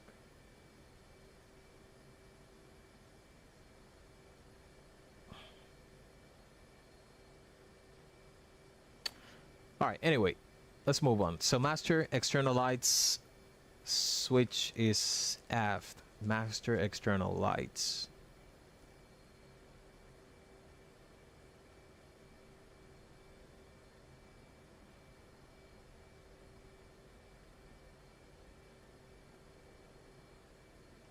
Pin the master external lights.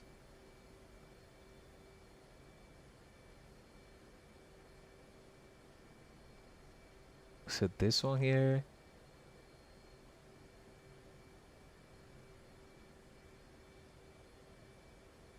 I think all of this stuff was already set, but I'm just trying to make my way around it.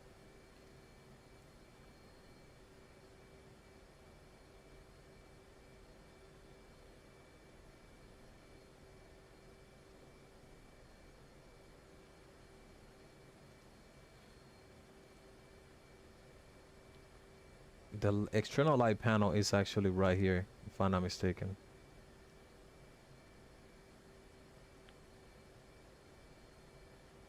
All right, that's fine. I'm gonna have to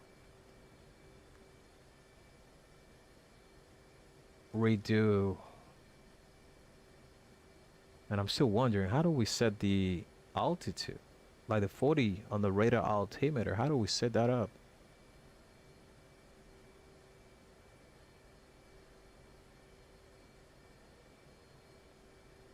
Anyway, let's go next. Directly to our right is a large yellow rectangle painted on the deck. That's the hook. This is the Jet Blast Deflector, or JBD, for Catapult 2. This will redirect our engine exhaust once we power up for takeoff. Normally, you will spread your wings when positioned behind the JBD, but before you taxi over it to the Catapult shuttle. Because we are already nearly behind the JBD for Catapult 2, spread the wings using the wing fold handle by your right knee, or press right shift and right control O. All right, let's spread the wings. Fully spread, stow the handle with the O key. There they go. When they are down and the wing fold handle matches the wing position, press spacebar. They are down. Sweet. Before taxiing forward, hold down the nose wheel steering button or press S. This will keep the nose wheel steering in high gain and allow us to make tighter turns on a crowded deck. This is indicated as NWS high on the HUD. If you have the wings folded, you do not need to hold down the nose wheel steering button to enable NWS high. Slowly increase the throttle while inputting full right rudder. Make sure you are in nose wheel steering high to make the very sharp turn to Catapult 2 to your right. As you taxi over the JBD, align the nose of the aircraft straight down the catapult track. Once aligned directly down the catapult track, slowly and carefully roll forward until the nose wheel is just behind the catapult shuttle. The catapult shuttle is attached to the catapult and is used to launch you down the catapult track. To get the nose just behind the shuttle, you can either use the F2 external view or align the catapult shuttle off catapult 1 to be directly off to your right. Press spacebar when aligned on the catapult and the nose wheel is just behind the catapult 2 shuttle.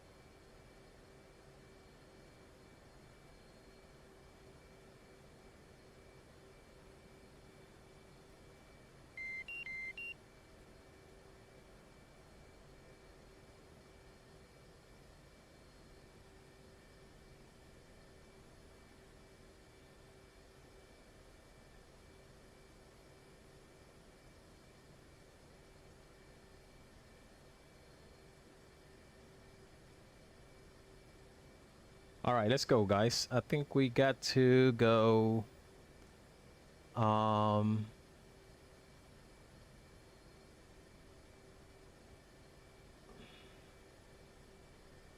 Right. So okay, let's go. Is the parking brake off?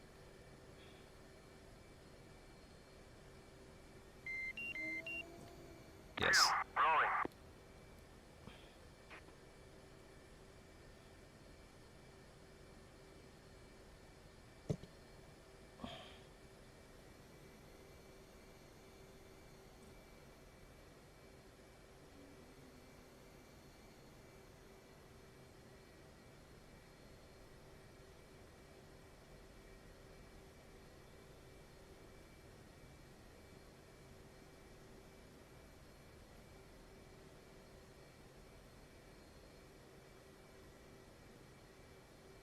Okay, I don't see the engineers though. Are we on a default carrier or what?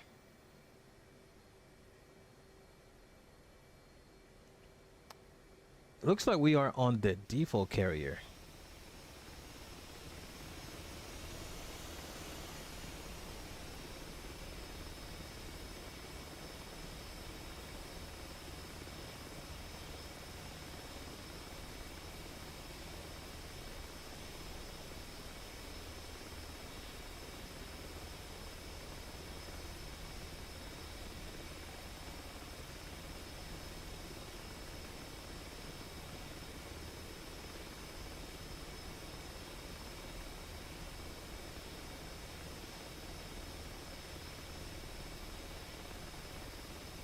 The launch bar on the nose wheel landing gear strut will connect the aircraft to the catapult shuttle. Lower the launch bar by left-clicking on the switch by your left knee labeled launch bar. With the launch bar down, press U to better align the aircraft on the catapult track and shuttle, and attach the holdback. This will also raise the JBD behind you. You can use external F2 view to confirm that the launch bar is attached. Once attached, move the launch bar switch to the raised position. Press spacebar once the launch bar is connected to the catapult shuttle.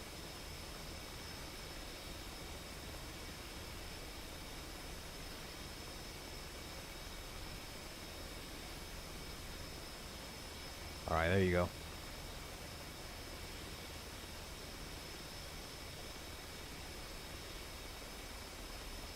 You're now ready for the cat shot.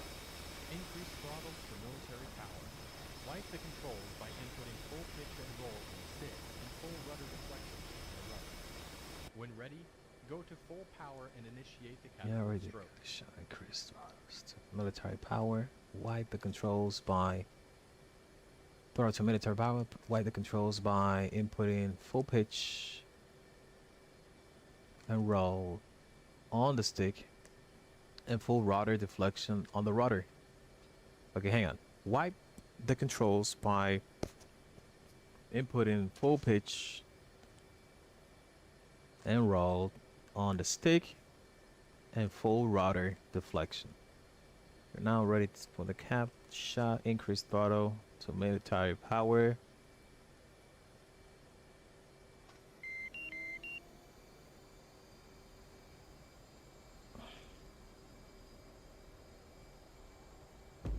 Oh shit. Oh my god. Woo, woo. Woo, let's go. Airborne. Roll to the right and quickly raise your landing gear and flaps and accelerate to 300 knots. When taking off from cats 1 and 2, you will perform a starboard clearing turn, and when launching from the waist cats, you'll perform a port clearing turn. Once you've turned 20 degrees from the carrier bearing, turn back to parallel the carrier's bearing and keep your altitude below 500 feet until 7 miles from the carrier. This is to keep you out of the way of returning traffic. Press escape to conclude this lesson. Let's go. Oh, I just noticed my motion is not working.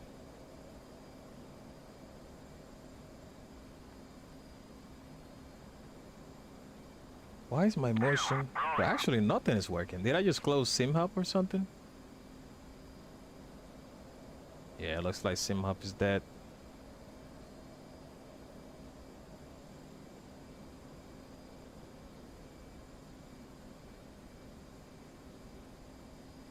All right, so where's the carrier?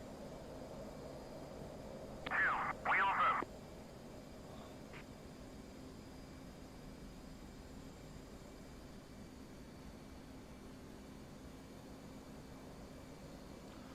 All right, so I think we got this down. Now let me figure out why.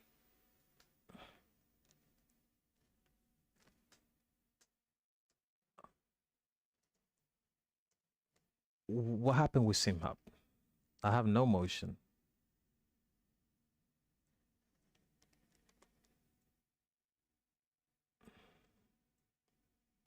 Or was it just the simulator that stopped providing motion or what? Oh yeah, it was the simulator. Motion is still up. I have no idea what happened there with DCS. All right, guys, I think I'm just gonna leave it here for now. Next time I'll pick up where the carrier landing. So again, thank you very much for tuning in, and I'll see you on the next one. Take care.